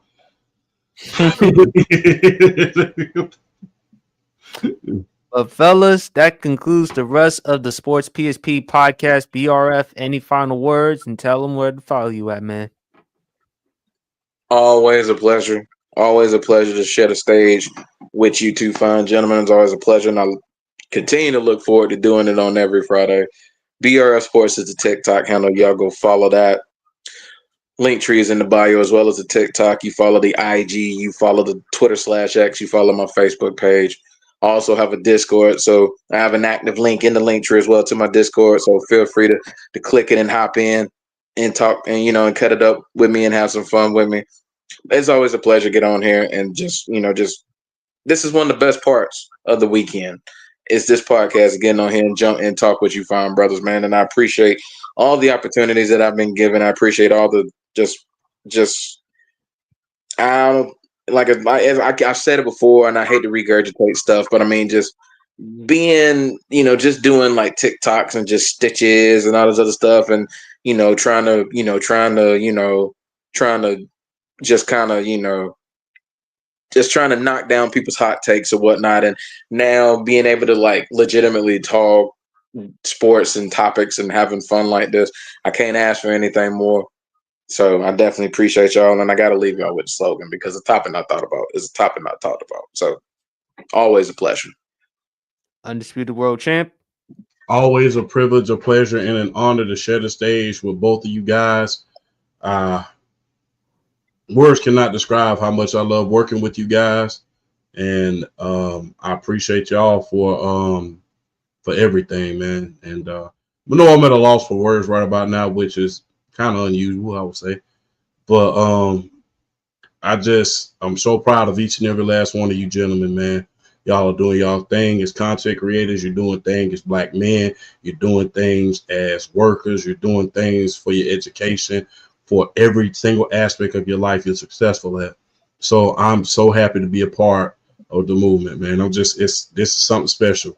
And I'm just happy to be, I'm humbled and I'm honored to be here. Congratulations, PSP, man, on 100,000. Like I said, we're gonna speak life into that. You're already at 100,000. We just gonna say it. 100. You'll be at 100,000 in like a couple weeks. But we gonna just say it. 100,000 subscribers on YouTube, which is hard to do considering all of the competition that you have, not just among content creators ourselves, but the people who you have to compete with as far as the big names is concerned. So for you to have to compete with those guys, you feel to be winning and have a lot of followers, that is something that has to be acknowledged. And so I congratulate you and I salute you for that as usual. Thank you, fellas. Always a pleasure having y'all on. Of course, shout out to our good guy, our good friend, Brandon from the block, because he was the one who helped me on with the group chat. That's why I was able to meet y'all there. Of course, Champ of TikTok. That's how we first met. That's how we first collaborated. BRF. Everything Champ said about you is exactly why I wanted you to hop on with the Sports PSP pod, because I knew, just like Champ, you would bring some brilliance, you would bring some swagger, and I think very beneficial. And just a lot of great content creators out there, man. Mari knows best. Trent with his pod, Broad, Harrison, Roundup, Certified Chris, Ghost. The list goes on and on. A lot of great content creators out there, man. Don't take us for granted. Just take our work, just give us the support, because it's not easy doing what we do. It's not, because it's a lot of hours, a lot of time putting in, making sacrifices, staying away from friends and family. I know I have, but this is what I'm trying to do in order for me to get to where I want to go, and eventually I will get there. With the supporting, with the support from God, friends, and family, and that's all I can honestly ask for. But yes, we had 100,000. Don't worry about it. We had 100,000. Yeah. Want to thank a lot of people. Thank friends, family along the way. Shout out to Mama PSP as always. Shout out to my girl D. Shout out to my good friend Kaylin at the office. I'll eventually see you around this weekend. Shout out to a lot of great people who helped me along the way and helped me come up with the ideas. Even though Champ gives me credit for being the New Jersey genius, I also get a lot of ideas behind the scenes from other people, because I'm always fascinated to learn and hear someone else's perspective on things. So shout outs to them. Also, I want to end off an interesting point, because I found this out from the WWE. The iconic WrestleMania 13 match between Bret the Hitman Hart and Stone Cold Steve Austin will be attendance when their classic WrestleMania 13 match is inducted into the WWE Hall of Fame as an immortal moment. To Champ's point, and he's made this argument, the beginning of the Attitude Era, because that was the match in which Bret Hart turned heel and Steve turned to babyface. And this is like, I know y'all have John Cena or Undertaker as y'all go, but this right here, this adds to Stone Cold's legacy, and why I have him as the GOAT, because again, the reason why I have him as the GOAT, because of Steve's charisma, personality. You got to put him right up there with the conversation. Bret Hart has said nothing but great things about Steve, and vice versa. The match, how society was changing, how people were into anti-authority, people who were rebellious, and Steve was the perfect example. Here's a badass beer sweller who took no shit from nobody, including Vince McMahon. And the way Steve lost that match, even though he lost that match, but he did not quit. He lost conscious in that match, and to be bleeding the way that he was bleeding and still hanged in, man. I just love Steve. It also adds to Bret Hart, because Bret Hart as well, hell of a wrestler, technician as well, doesn't get enough credit. I think he's gotten a bad rep. Yes, I get it. Bret has become very, complainy because of a lot of things, man. But people have forgotten how good the Hitman was. The best there is, the best there was, and the best there'll ever be. And Bret may not be the most exciting as far as promos, but if you just watch him in the ring, as far as with technical skills and how the way wrestling is, he is like an artist. He is like a poet when he's in the ring, and how he's able to display to your face with great matches, with great wrestlers like an Austin, like a Shawn Michaels, like rest his soul, the late great Owen Hart. So this is big, man. I'm sorry, y'all, but Champ, fellas, end off the show real quick. Y'all stay safe. Y'all enjoy the rest of y'all weekend. And we is out. Peace.